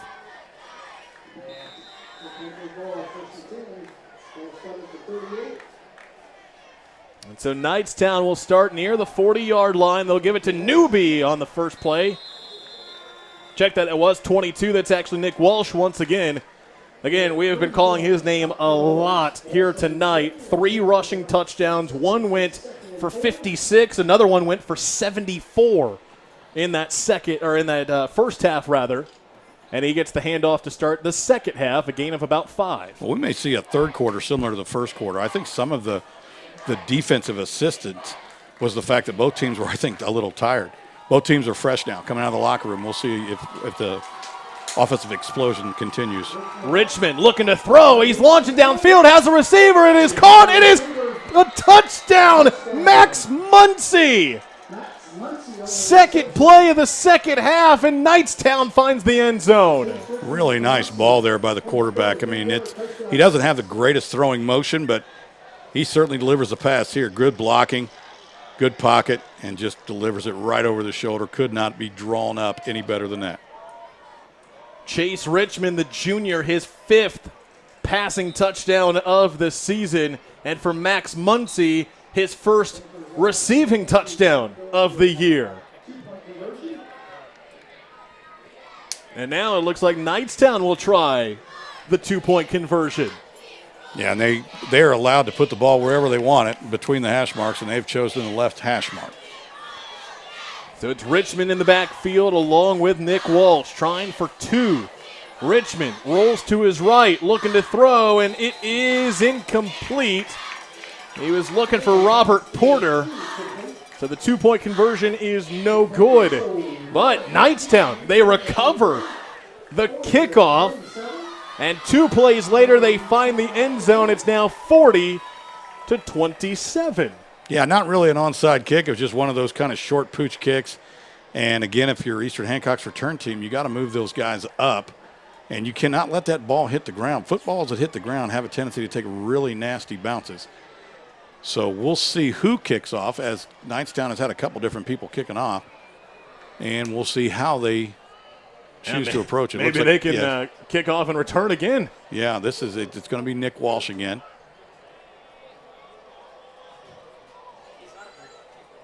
So he has not kicked it deep. You look on his stats on max preps, and you don't see long kickoffs. Again, if I'm Eastern Hancock, I bring all those guys up. I put the second group on the 40 and bring the other group to the 25.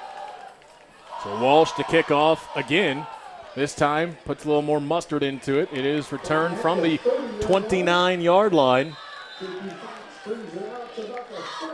it was J.P. Fox with the return close to the 40-yard line. So Eastern Hancock will get their first possession of the second half. And here comes J.P. Fox. Had a touchdown reception in that first half. Houston Swan, the sophomore quarterback, with 3 touchdowns through the air in the first 2 quarters. They'll hand it off. It's Zach Arnold, but he's going to be brought down in the backfield. A loss of 1 on the play. Good job by number 70, Sam Thomas there. He just bust through the line and was able to run him down from behind. Really good effort from the big kid. Looks like he's going to line up right over the center. He may be one shaded one way or the other. But again, this is that 3-3, 3 down linemen, 3 linebackers. Now they're going to walk a linebacker up and give you a 4-man look. Swan takes the snap, looks to throw, and he is going to be taken down for the sack. Houston Swan brought down in the backfield. So number 84, the big defensive end there. Max Muncie is the first one there. No, he wasn't there, but he got there, but was able to force him into the big fella, Sam Thomas. And so a 3rd and 20 situation now from the 30-yard line. Although in the shotgun, Swan back at the 25. Takes the snap. 3rd and long, going to throw downfield. It is caught at the 50-yard line, and on the move it is once again Zach Arnold. What a game he has had here tonight. yeah, that's just one of those deals where you found a kid that is a varsity football player, and they're going to keep going to him until Knightstown can adjust. A 30-yard reception for Arnold, and now a handoff for Olivo. He was tackled by 16, DeAndre Rose, the defensive end outside linebacker. Nice job of closing on a down block and running it down from behind.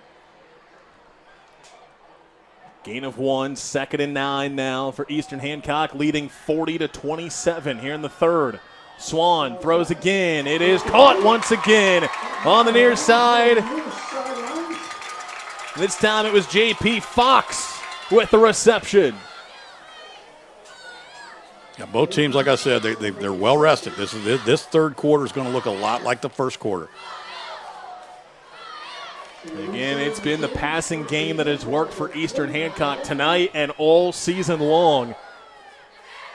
Swan pitches it this time. On the near side, it's Cole Rainbolt with the carry. Didn't get very far, though, and a flag was thrown on the play. Oh, no indication yet, but again, it's in the position where it's either going to be a hold or a face mask. And they're marking it forward, so it's a face mask against Knightstown.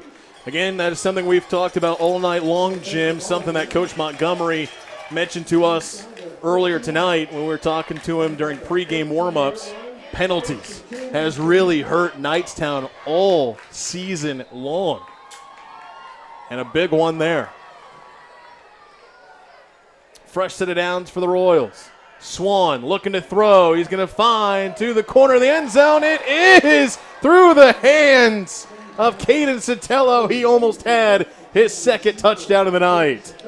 Well, pretty well defended. It looked like it was Mason Fields back there, number 18 from here. It's kind of hard. This is the furthest corner of the field from where we're at. Without my binoculars, it's hard to tell. But pretty good defense. He got just back there enough to disrupt him. So that was, in fact, Fields. Yeah, we talked about penalties. Some of them as a coach, like that little face mask. I mean, that's just an aggressive. You're trying to make a play, and your hand caught the headgear, but you didn't pull it. You didn't yank it. It's not the personal foul, 15-yard. I can live with those. That's just a kid trying to make a tackle. But some of the other ones, the holdings, and you got to clean that up. 2nd down after the incompletion. They'll pitch it. Fox on the run, has a block, cuts across, and he's brought down just shy of the goal line. First down for J.P. Fox. Well, again, almost a great play by number 8 there for Knightstown, Landon Carmichael, but he almost disrupted that little shovel pass. First and goal from the 2. Throw out to the near side, trying to dive for the end zone, but the ball came loose. It's picked up by Fox, and he is marked down inches short of the goal line. Well, Woo! You've heard me say it all night long, but the rules on Sundays are much different than the rules on Saturdays and much different than the rules on Friday night. In the NFL, an offensive player is not allowed to advance an offensive fumble. You can, however, in high school. So had Fox picked this thing up and gotten into the end zone, it would have counted as a score. I'm not sure that he didn't, because it looked like he hit that pylon. Yeah.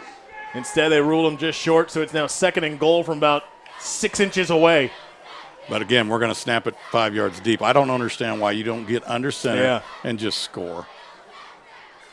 Swan in the shotgun, looking to throw to the corner, and it's off the outstretched arms of J.P. Fox, brings up third and goal. Well defended there by Robert Porter. That's another name that we've called over and over tonight. The big 6'1", 170 junior, wide receiver DB. I'm old-fashioned. I like an old-fashioned power running game, and I, from third and goal from the 6-inch line. You got Olivo there in the backfield.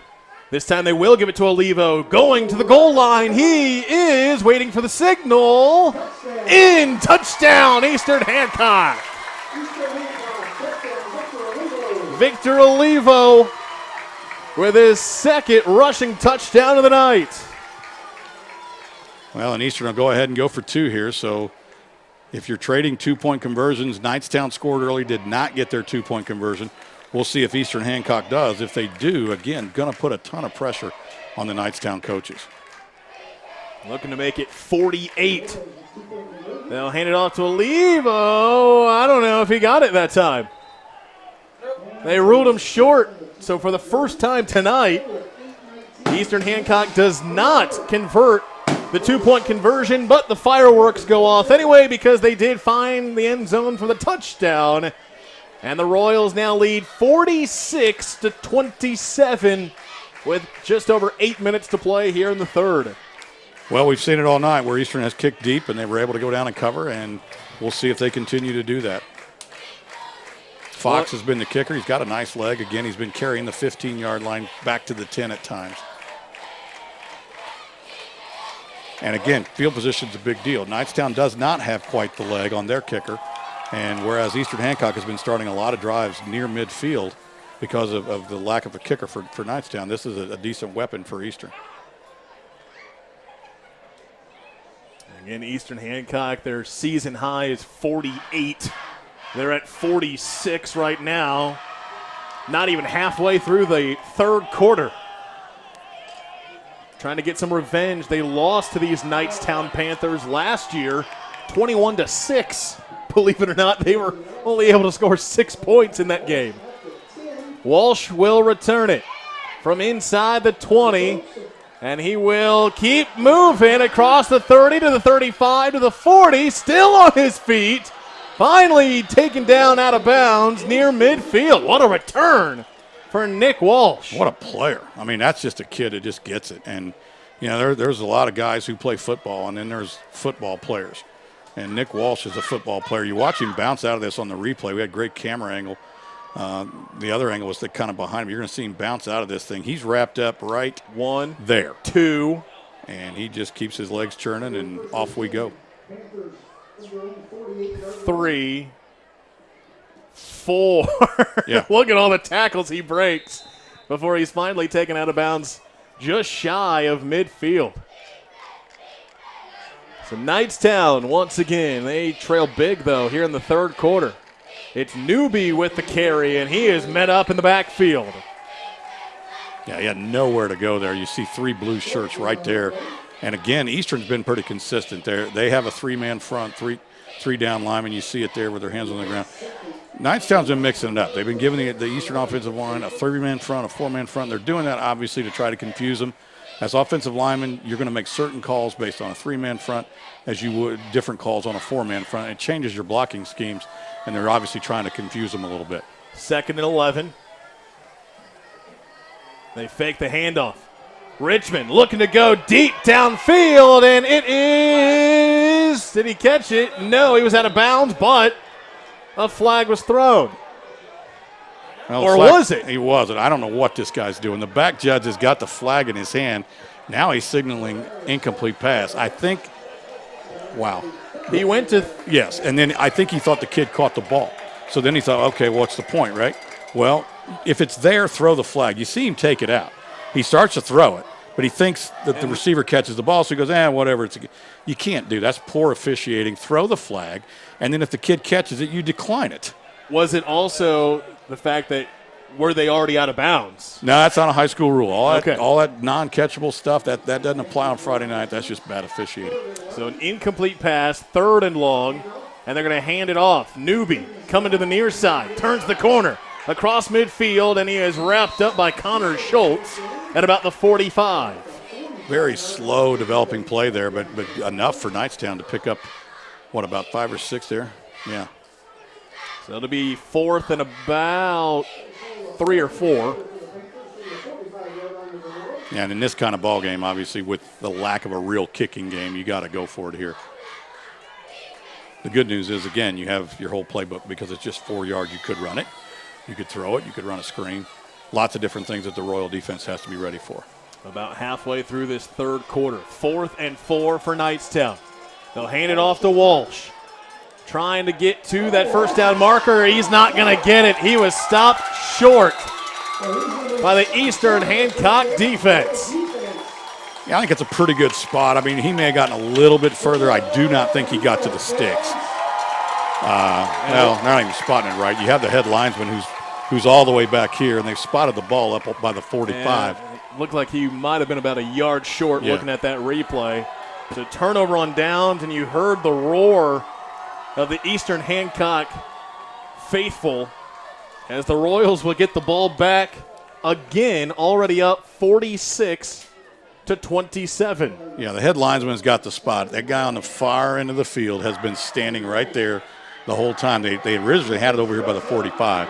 That's about where he got to. Yeah. Good spot. They'll put it at about the 43. Yeah, they originally tried to put it up there by the 45, which would have been a horrible spot.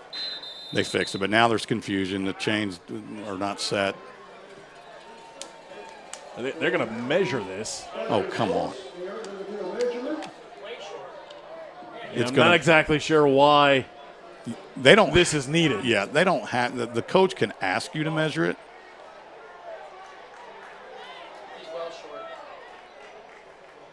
It's a yard short.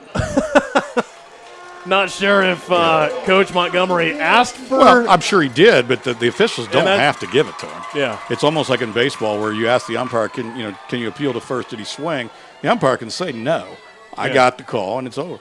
That was just 20 seconds of our life we'll never get back. And that referee was kind of emphatic. Yeah, he showed the like, Knightstown sideline. It wasn't even close. Yeah. So Eastern Hancock will take over. Oh, it looked like it might have been a trick play. They throw it to the near side. And the completion to 25. That is Landon O'Neill, the sophomore.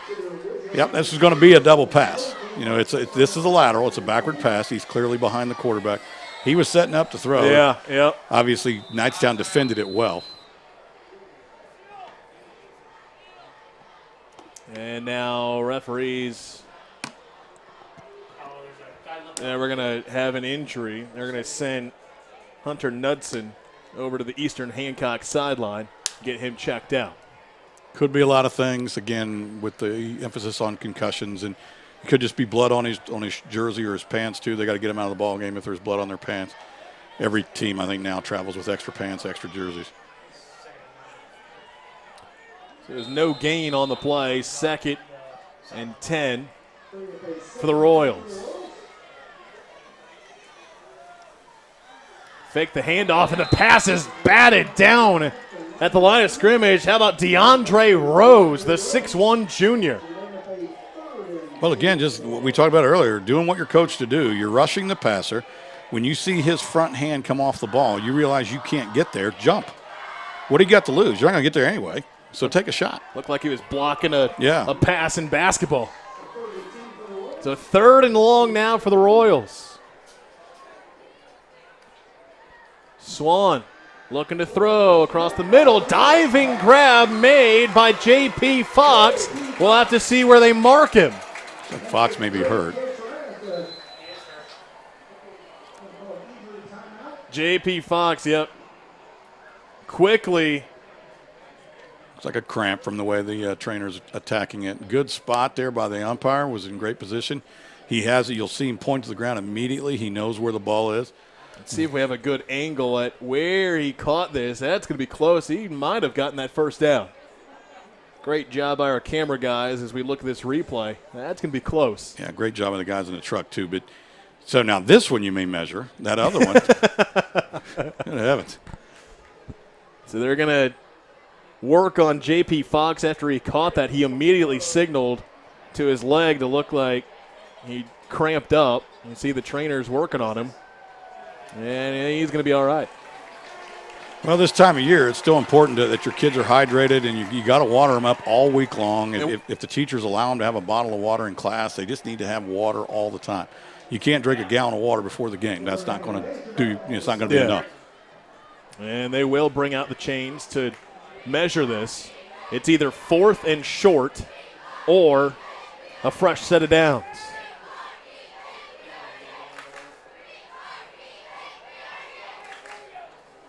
We'll see where they spot it.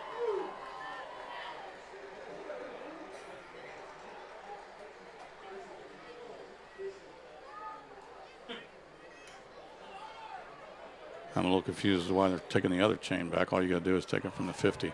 And he is short by that much. So again, going back to your point that you've been talking about all night long, Jim, Swan has been in the shotgun 5 yards behind, and I'm assuming they're going to keep him in the shot. He's been there the whole night. But in this situation, why do you not put him right up against the center? I don't know, again, because now you're making it about 4th and 5. Absolutely. From the very snap, from the second the ball is snapped, it's 4th and 5. In the shotgun, Swan hands it off up the middle, and getting the first down and more is Garrett Friesen. First time we've called his name on offense here tonight, and he keeps the drive alive for the Royals. Well, the Royals didn't start out with a lot of guys going both ways. They only had like 3 guys, but now Coach Armstrong, it's kind of getting toward clutch time here. He's putting some of his two-way kids in the ballgame. Big pickup there by Garrett Friesen, the senior. And now another handoff up the middle. Friesen again. And again, obviously the way to play the game is to 2 platoon. Ideally, they play it that way in the NFL. They play it that way in college. They play it that way at the major high school. Everybody plays one way. Friesen again up the middle. Across the 25, and a first down for the Royals. But certainly in single and double A football, to continue a thought, you just don't have that luxury. You've got to put your best players in the ballgame at some point. And Coach kept Friesen out the whole first half, but now he said, all right, son, time to go out there and be a senior, time to go out and be a leader. Not much of a rusher. Wasn't in the top 4 coming into tonight for Eastern Hancock, but he's getting a lot of carries here. A 4th straight carry for Friesen, and another big pickup there as he moves across the 20. So how about Garrett Friesen? He's the leader on defense for Eastern Hancock this year, but getting a big majority of the plays here on this offensive possession.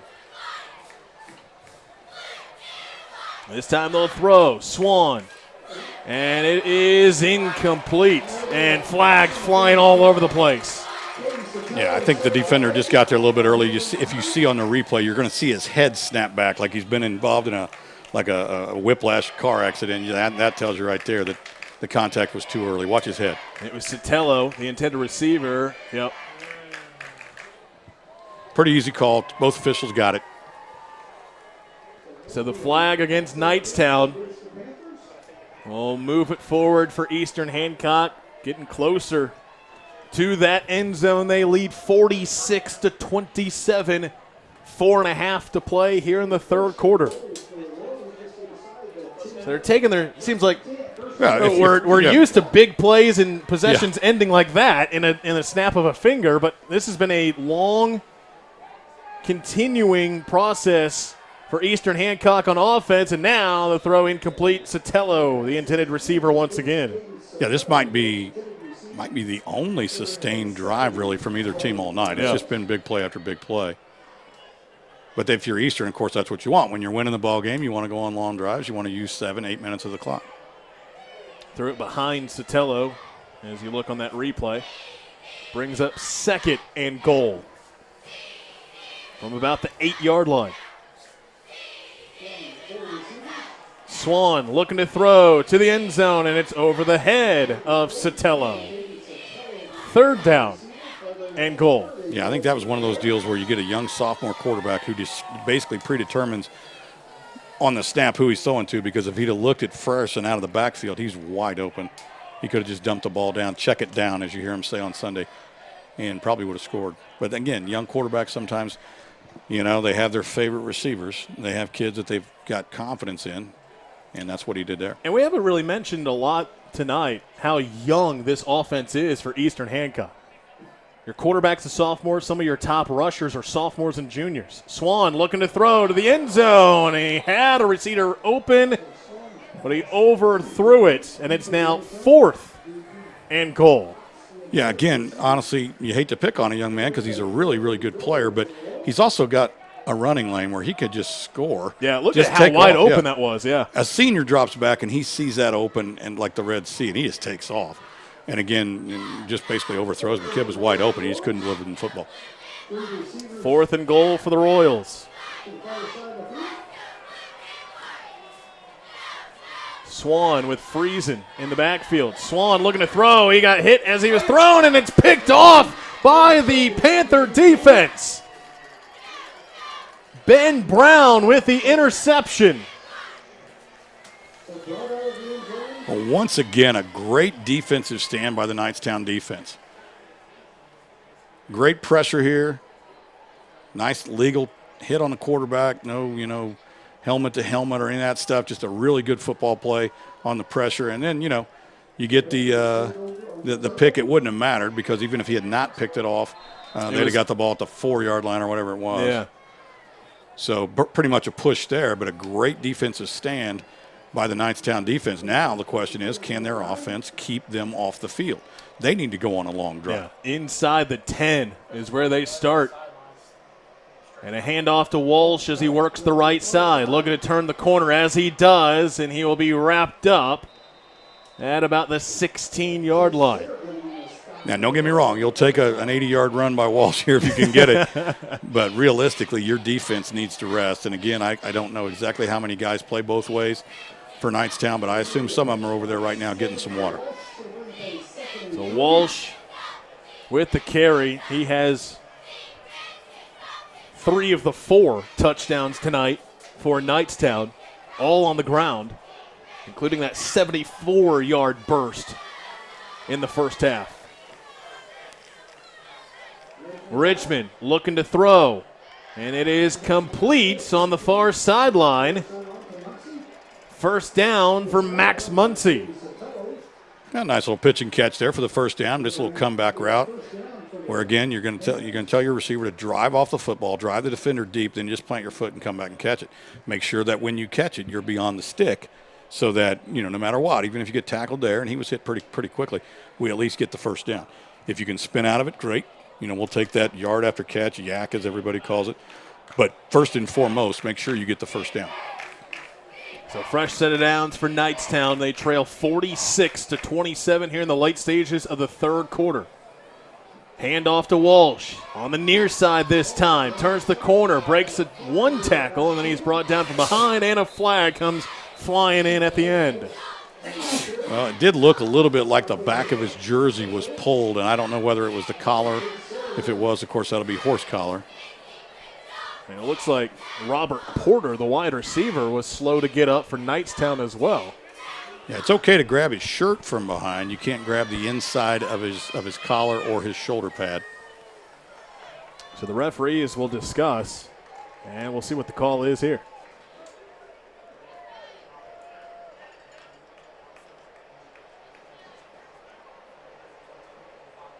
And we had 2 penalties, Yeah. one on each team, and they will offset. Yeah, the official did that backwards. He called the block in the back on the defense. He called the horse collar right there on the offense. We knew what he meant. Yeah. Just got a little confused there. The block in the back goes on the offense. The horse collar goes on the defense. Yeah. Just over 3 minutes to play here in the third. First down for Knightstown, but they trail by 19. And another carry on the far side. It was Walsh once again. How about Nick Walsh again on the season coming into tonight? 178 rushing yards per game. Well, he's got to be getting close to that right now, I would think. I mean, when you can sit and you add in the long run, he's well over 100. Yeah.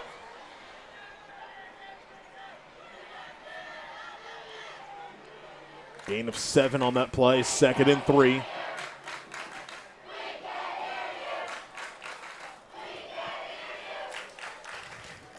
Richmond looking to throw this time, and it is caught on the far sideline once again.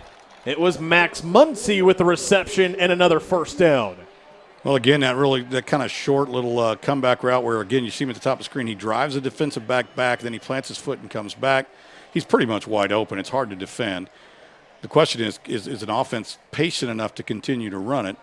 If they are, the defense eventually will start coming up. Then you can run the hitch and go where, he hitches, you fake it to him, and then you just send him deep and throw it up and let the big kid catch it.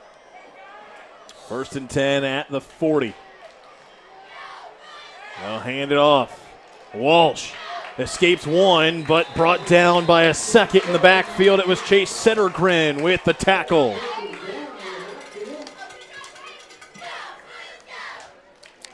Settergren, I guess, is one of the few seniors, really, that plays a lot for Eastern. One of the top defenders came in with 7 tackles for loss. Picks up another one there. 2nd and 10 from the 40. Hand off to Walsh. And he picks up about 4 on the play as he gets close to that 45-yard line. Very patient runner. You see Nick just kind of take the football and almost about 3/4 speed. He's just looking for some kind of seam, some kind of gap. And then obviously at some point you got to just go north with it. You're going to run out of bounds. But look how patient he is there. He's just kind of looking. Then he sees it and he goes. And he's able to get 3 or 4. 3rd and about 6. From the 45-yard line, Knightstown trailing under a minute to play here in the third. 46-27 Eastern Hancock going downfield, and it is out of bounds, incomplete. There was a flag thrown on the play. Yeah, I think they're going to say that basically what amounts to defensive holding, defensive pass interference are kind of the same thing. They're saying that the Eastern defensive back, I think, impeded the receiver. I'll tell you what. Richmond just got lit up after he delivered that. Again, quickly, full speed, it looked like a clean tackle, but he paid the price. He got hammered. So this is either going to be defensive holding or defensive pass interference, I believe. The referee is discussing once again.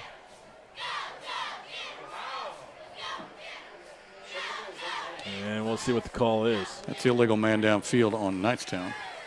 And a holding on defense. So again, penalties offset. And they'll bring down 3rd down once again for Knightstown. Well, I didn't see the lineman downfield, but they did run a little bit of a play action. So sometimes maybe one of the linemen thinks we're actually running the running play, and he gets the linebacker depth. 3rd and 6. 30 seconds to play here in the third. Richmond throws on the run, and it's over the head of everybody, incomplete. But again, you saw where the receiver was. That's just good, smart football. Go past the sticks. I've seen so many high school kids. It's 3rd and 6, and you run a 4-yard route. Yeah. Why? I mean, you catch it, and now it's 4th and 2. The routes are good. The routes are past the sticks, and that's where you want them to be. It was just good coverage by the defense. Brings up 4th down. And it looks like Knightstown will punt it away. It'll be Nick Walsh to do the honors. Good spot for a fake if he does. And he gets it away. Wobbly punt will go out of bounds right around the 30-yard line. So we had an explosive first half, Jim. This third quarter has been kind of the opposite. Well, again, the first 2 possessions, I think, were again, well-rested kids. But at this point, attrition and conditioning start to become a factor here. Coming out of the break, everybody's rested, everybody's watered, we're all ready to go. But then very quickly, your body reminds you, hey, dude, you've taken 80 snaps so far. All right, so we need to back it out a little bit. And I think that's what you're seeing here is a little bit really more conditioning. And again, you see that if this was a game between a couple schools that were in Class 6A, where you have guys that are playing just offense and guys that are playing just defense, you're going to see more and more energy throughout the second half. Here with these guys, Class 1A, Class 2A, you got guys playing both sides of the ball like you've been talking about. I think guys are exhausted. The plays just look slower. I mean, just both sides of the ball, everything's just a little bit slower. And it looks like that will bring us to the end of the third quarter.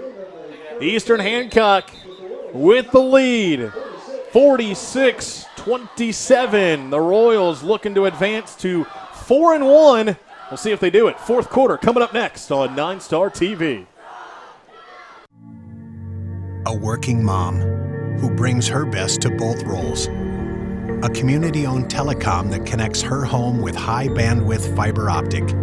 Mom can work from home with fast, reliable connectivity and be there when the kids come home.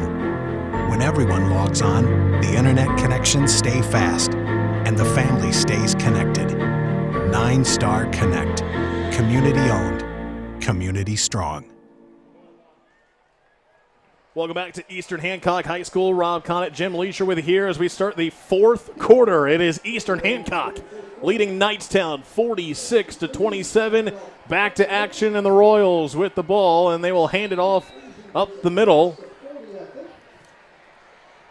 And getting a couple of yards on the play was 14. That's Wes Kane, new name into the game.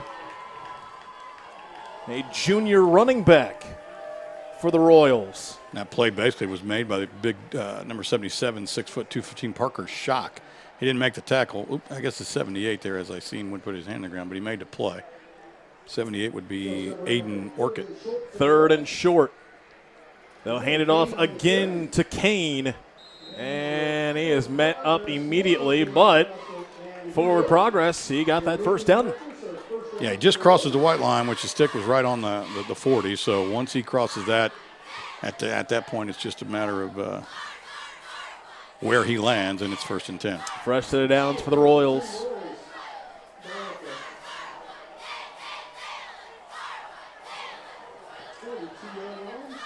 Hand it off again. Wes Kane getting to about the 45.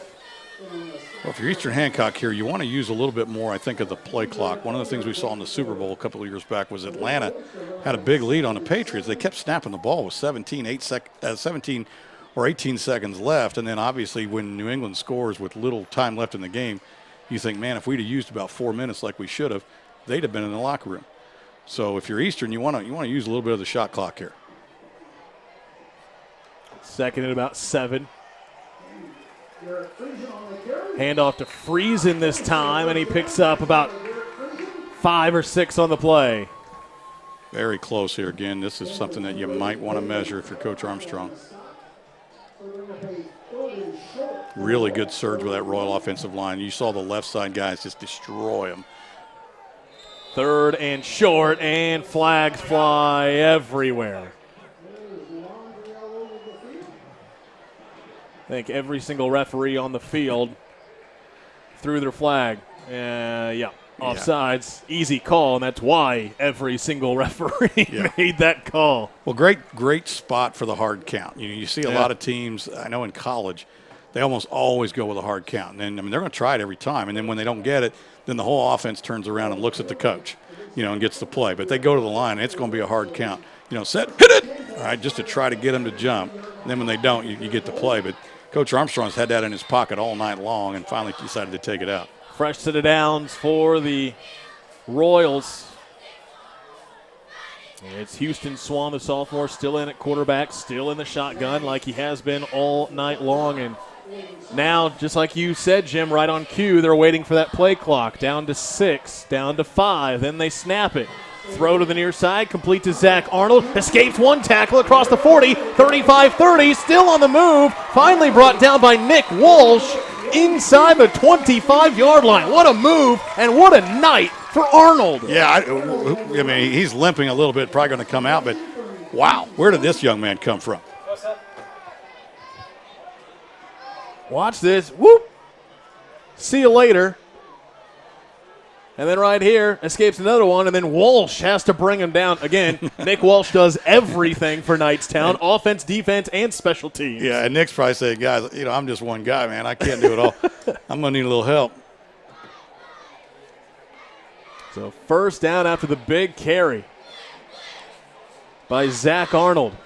And now Friesen with the carry across the 20, close to the 15-yard line. Well, conditioning, again, you're seeing that the Royals, at that time it was the right side of the offensive line that just got a huge push and just destroyed the defensive line of Knightstown. And again, if you're Swan, I mean, I don't even get him on the line there. I would just kind of have him stand around. Lyman in that position, in that kind of squat position for 20 seconds just weakens the leg. So really what I would do is I would say, hey, we're not doing anything until about 12 seconds, and then I'll make my call. Takes the snap with 7 left on the play clock. Another handoff up the middle. Flag comes flying in as Olivo was the ball carrier on that play. Well, again, that's a kid whose name we have not seen a lot in the backfield in this whole second half. So coach is just kind of having him rest and then hopefully, again, tell the senior, go in and be a senior. So we'll see what the flag is. Yeah, it looks like a hold. Yeah, I think it was on number 78 there, yeah. A little bit. Got beat by the defender a little bit and then just kind of grabbed his shirt.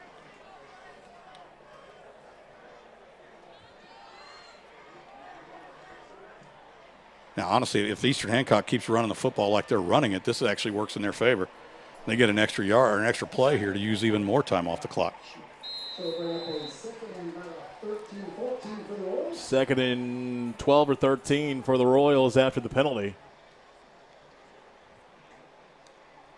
Swan looking to throw across the middle. It is caught across the middle. Landon O'Neill takes it to about the 10-yard line.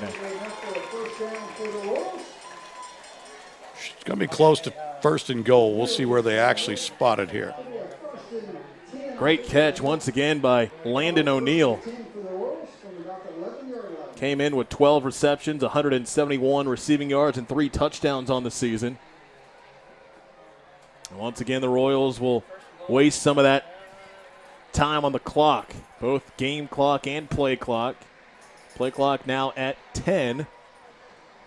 Swan will take the snap with 6. Hand it off once again. That was Friesen, I believe. And again, you're going to see this on the replay where great job of the nose man. He swims the offensive lineman. He's right there, and he misses. And then this is all Friesen, and then Friesen gets hit again. Saying, get off of me, and picks up a couple more yards. That's how football can be a funny game. You as a coach, you look at the film and you show your kid, and you go, gentlemen, we don't block anybody on this play, not one guy, and yet this kid with heart gets us 3 yards. So the Royals looking to add to their lead. Right now with 46 points. Again, their season high is 48. They pitch it to Cole Rainbolt, and he did not go anywhere on that play. Ball came loose after he was ruled down. Long after, but Mason Muncie, really nice job there of just kind of shoving that back inside. He's saying, you know what, you're not going to get to the perimeter on us. And this could be another great defensive stand. Knightstown has had 2 goal line defensive stands tonight, and they need a third one here. So here we go, 3rd and long for Eastern Hancock inside that red zone. Closing in on 6 minutes remaining here in tonight's contest. Swan looking to throw for the end zone, and it's over the hands. It looked like Landon O'Neill was the intended receiver. And good coverage by Robert Porter on that play. Yeah, again, just a really good football play. Not surprised on the call with a pass. Not worried about the clock, but just good defense. I mean, the ball was, and it's again, not a high school rule, but it wasn't catchable. Not that that mattered in terms of defensive pass interference. So 4th and goal. Like you mentioned, Jim, Knightstown has had a couple of great goal line stops already tonight. Let's see if they can do it again. Swan looking for the end zone, lobs it up, and it is, did he get that? For the interception. I think he did, and unfortunately he's going to be down at the 1 yard line. Oh, man. That's one of those things where, honestly, you'd have been better off to bat it out of bounds. Yeah. But high school kids, you're never going to tell a kid not to get an interception. And this is a big play for a young man. And, you know, ideally he makes a great catch in traffic. He's knocked out of bounds. His feet are there at the 1. His momentum may have carried him into the end zone, but with no replay, that ain't going to happen here. So Robert Porter with the interception. So, again, he would have been better off, I think, to knock it down there to got it at the 10. But you can't coach that. That's just that's a kid making a play. So Knightstown will take over inside their own end zone. Dangerous territory. Walsh looking to get out of the end zone. Did he? Yes, barely. He got it to the 1. That was dangerous. Yeah, well, you know, you got to give it to somebody, and clearly I'd give it to him. But he gets hit right there. There was a collision that he was able to avoid. And he clearly gets out of the end zone. It was a good call, good spot. You know, again, this is me. I was an offensive line coach, and I know how hard it is to block pressure. I've always told defensive coaches, and they very wisely never listen to me. But in this situation, I would blitz everybody. I would have 3 deep. I'd bring 8, and I'm going to get you in that end zone. You're not getting out on me. And I just think it's a great opportunity for a safety here. This is what they call a band play. You know, at the end of this play, somebody's band is going to be playing. You know, either yours because you throw a 99-yard touchdown pass, or my band is going to be playing because we pinned you in the end zone for a safety. That's what I'd do. I'd drop 3 and bring 8. You know what? If you beat me, you beat me. And I believe we have a timeout called. Eastern Hancock calls the timeout. We'll keep it here and remind you that our next broadcast here on Ninestar TV, some great girls volleyball action, HHC action, Newcastle. Ranked number 3 in Class 4A. They had an upset win over Yorktown. We had the call of that earlier this week.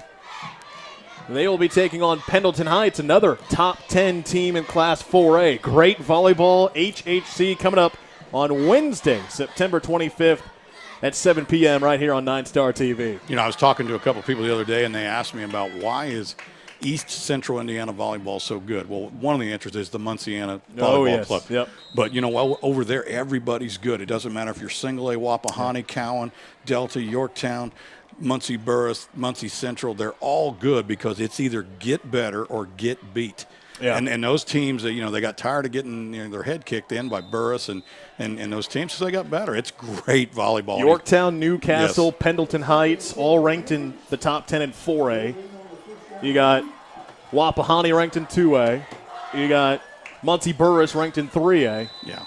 It's just really, fun. really good volleyball. If you have volleyball. not been able to go check out volleyball in East Central Indiana, definitely do it. Yeah, and a lot of the credit goes to Don Shondell, who was a long-time volleyball coach at Ball State, and then he started that club out there and got girls traveling and going all around the country. But out there, it is competitive. Yeah. I mean, I don't know that you're going to find better volleyball probably anywhere in the state of Indiana. And I had the call earlier this week, Newcastle and Yorktown at the Newcastle Fieldhouse. That was fun. Yeah. Here on Ninestar TV. So we'll have Newcastle and Pendleton Heights coming up next week.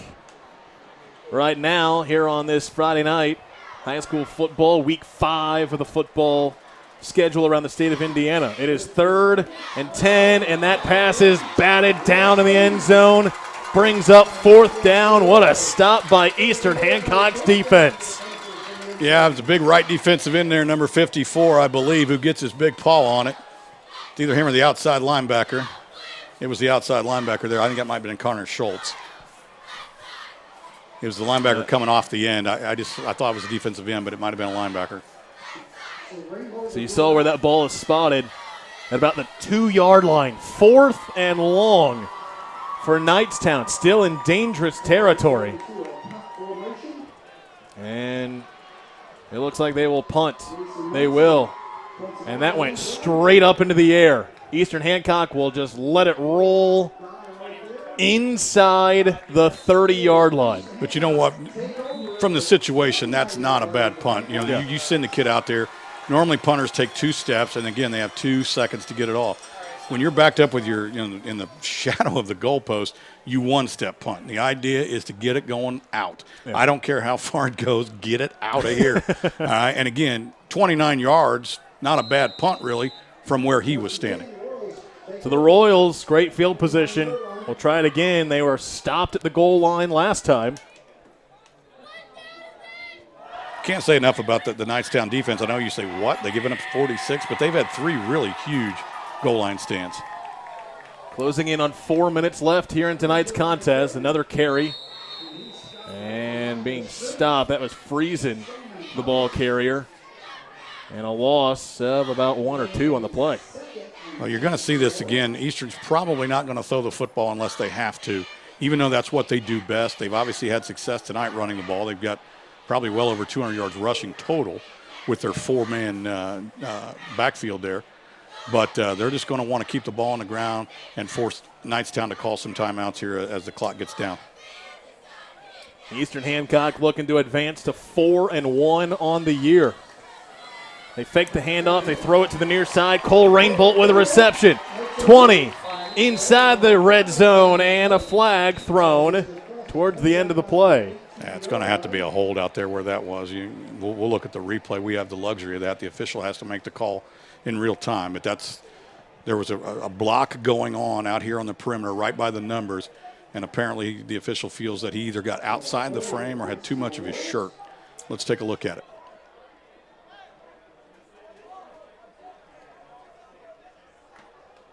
Right there. Yeah, the hold.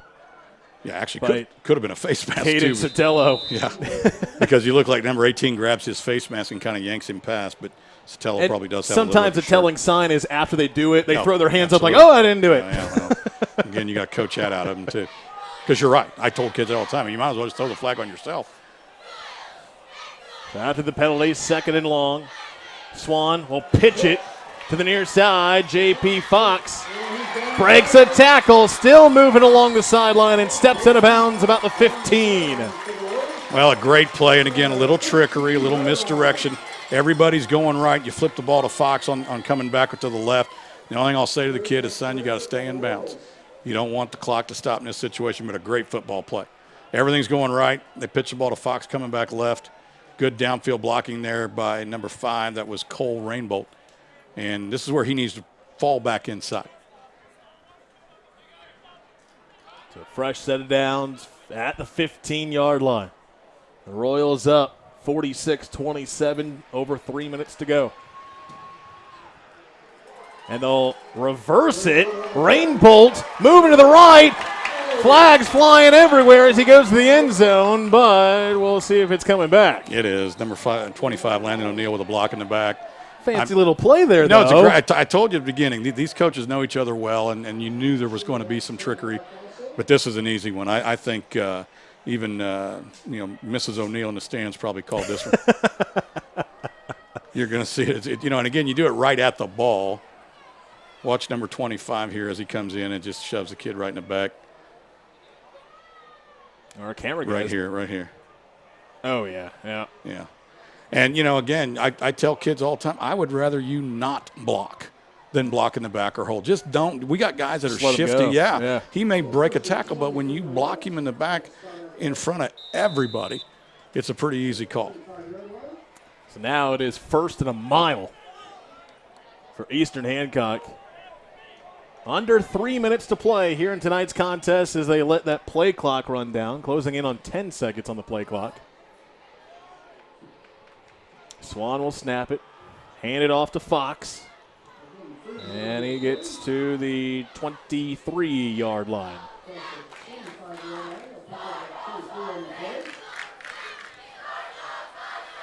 Again, Eastern Hancock's going to go with the senior David Fields has come on to play some offensive line.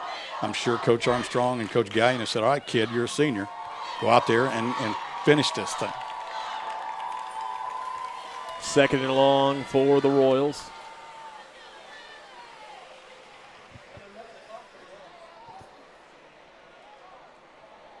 And again, just wasting time off that play clock and the game clock. They'll hand it off Friesen, and he's going to be taken down in the backfield. I'm a little surprised, too. Knightstown's got to start pulling at the football here. They're going to use one of their timeouts. But when the first guy gets there and wraps him up, the second and third guy have got to yank on the football.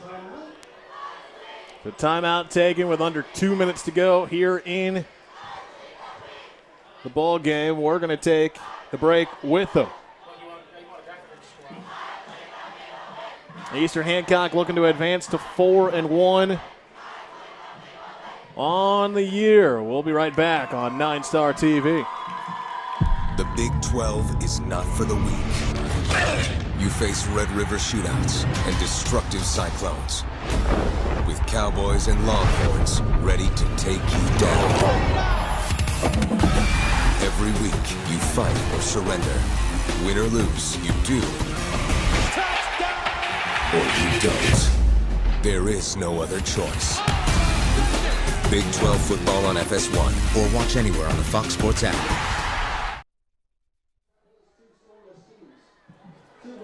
Rob Conant, Jim Leisure, and the rest of the Ninestar TV crew with you here from Eastern Hancock High School coming out of the timeout. 1:57 left in tonight's contest. The Royals up big, 46-27. Swan will hand it off up the middle. And once again, it is Wes Kane with the carry. Getting a couple of good looks. Well, the Knightstown coach really doesn't have a choice here. He can't stand around and watch 40 seconds come off the clock. If he does, he's going to get the football back with a minute. So that's a good draw. Nice call. Not only does it keep the football on the ground, you don't risk the incompletion stop of the clock. But, again, they're thinking you got to throw here, so everybody drops. And nice little pickup. I mean, it was third and a bunch. I mean, it was like 27 or so. So the fact that he's got it to a somewhat manageable 4th and 14, 15, that's a pretty good football play. In fact, I might run it again. Eastern Hancock looking to advance to 4-1 on the year. They will get South Decatur coming up next week. This is the second of 4 straight home games for Eastern Hancock. You don't see that very often. They started the year with 3 straight games on the road. They were at home losing to Heritage Christian last week. And here they are tonight against Knightstown. They'll have 2 more home games coming up in the next 2 weeks. 4th and long. Swan looking for the end zone, and it is intercepted again. Taken away by Robert Porter, his second straight interception, but he fumbled the ball. Ball is loose, and the Royals get it back. Oh. Wow. Well, sometimes if it wasn't for bad luck, you'd have no luck at all. What a great play by Brown. He's trying to return it out, trying to make a football play. You can't fault the kid. He gets hit from behind, and he just fumbles the football, and a alert Royal defender or offensive player turned defender falls on it. So 1st and 10 for the Royals, and they pretty much can run it out, I think, here, as Eastern should only have 1 timeout. Was carrying it a little bit loosely away from his body. And the ball's knocked out, and you see it live there, or see it loose there, and clearly Eastern Hancock. So the Royals get it back. David Fields recovered it for Eastern Hancock, and they're just about right back where they started. Yeah. But instead, it's now 1st down. Now, of course, the victory formation here, you got a man deep. That's Friesen all the way back on the 30, and 2 running backs on either side of Swan. Again, I think Knightstown can kill it one more time as far as the clock is concerned, but they should be able to run it down after that. But I don't understand how you can get in this formation with your quarterback under center, but you can't when it's 4th and goal on the 6-inch line. I actually saw some teams, they get the victory formation from shotgun. This is the first time all night that we have not seen Swan in the shotgun, and that will just about do it. The Royals are going to advance to 4-1 on the year, and why that is such a big deal, Jim. Last year, Eastern Hancock had 3 wins total. Right. in their first 5 games this year, 4 victories. Well, and again, last year Swan was a freshman, had to play. He probably wasn't ready. But again, you don't have anybody else. And so, again, that's really the record, I think, is an indication of their youth last year. Houston Swan, what a night the sophomore had for Eastern Hancock. All around, what a great game. The Royals went up big early. They led at halftime 40-21. Each team scores just one more touchdown in the second half. That's all the Royals needed. Eastern Hancock advances to 4-1 on the year as they win it against Knightstown. They get the victory over their rivals, 46-27. Your final score here tonight. Well, a great high school football game. And, again, I don't think anybody's over there asking for their money back. Lots and lots of big plays and fireworks. And just, penalties, but it wasn't like Coach Montgomery described earlier, just that, just avalanche of penalties that they had last week. Pretty good football game. I enjoyed it. Houston Swan with 4 touchdowns through the air tonight. And how about Zach Arnold? Wasn't exactly one of the top guys on offense coming into this game for the Royals, but he had a 43-yard touchdown rush, a couple of other great big plays on the ground. Very impressed by him.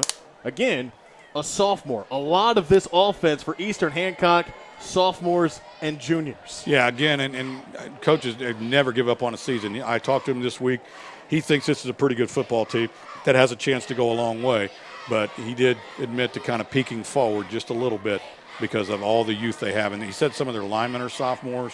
Their quarterback's a sophomore. You got another sophomore that kind of emerged tonight in that young man. So, and if you're Knightstown, they didn't play poorly. They just didn't play well enough. And you got to go back and coach it and, and look at the film and get better and go back and win your conference. Knightstown's in the Mid-Eastern.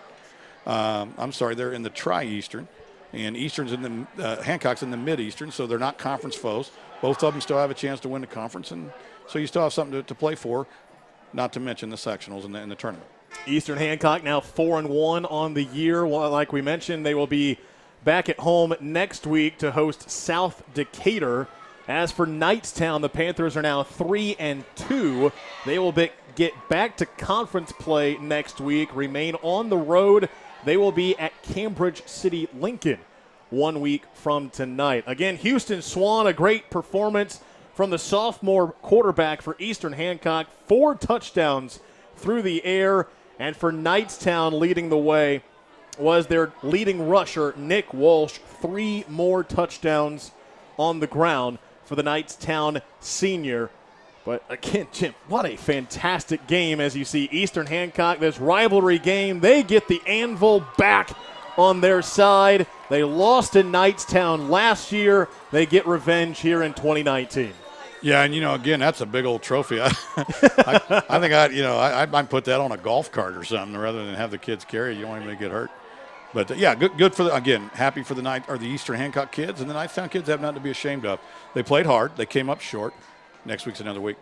We're going to wrap things up here on Ninestar TV. What a great night we had. Again, Eastern Hancock beats Knightstown 46-27 for John Painter and Austin. Everyone else involved here with Ninestar TV with Jim Leisure. I'm Rob Connett. Thanks for tuning in to our Game of the Week. Eastern Hancock wins it 46-27. Good night.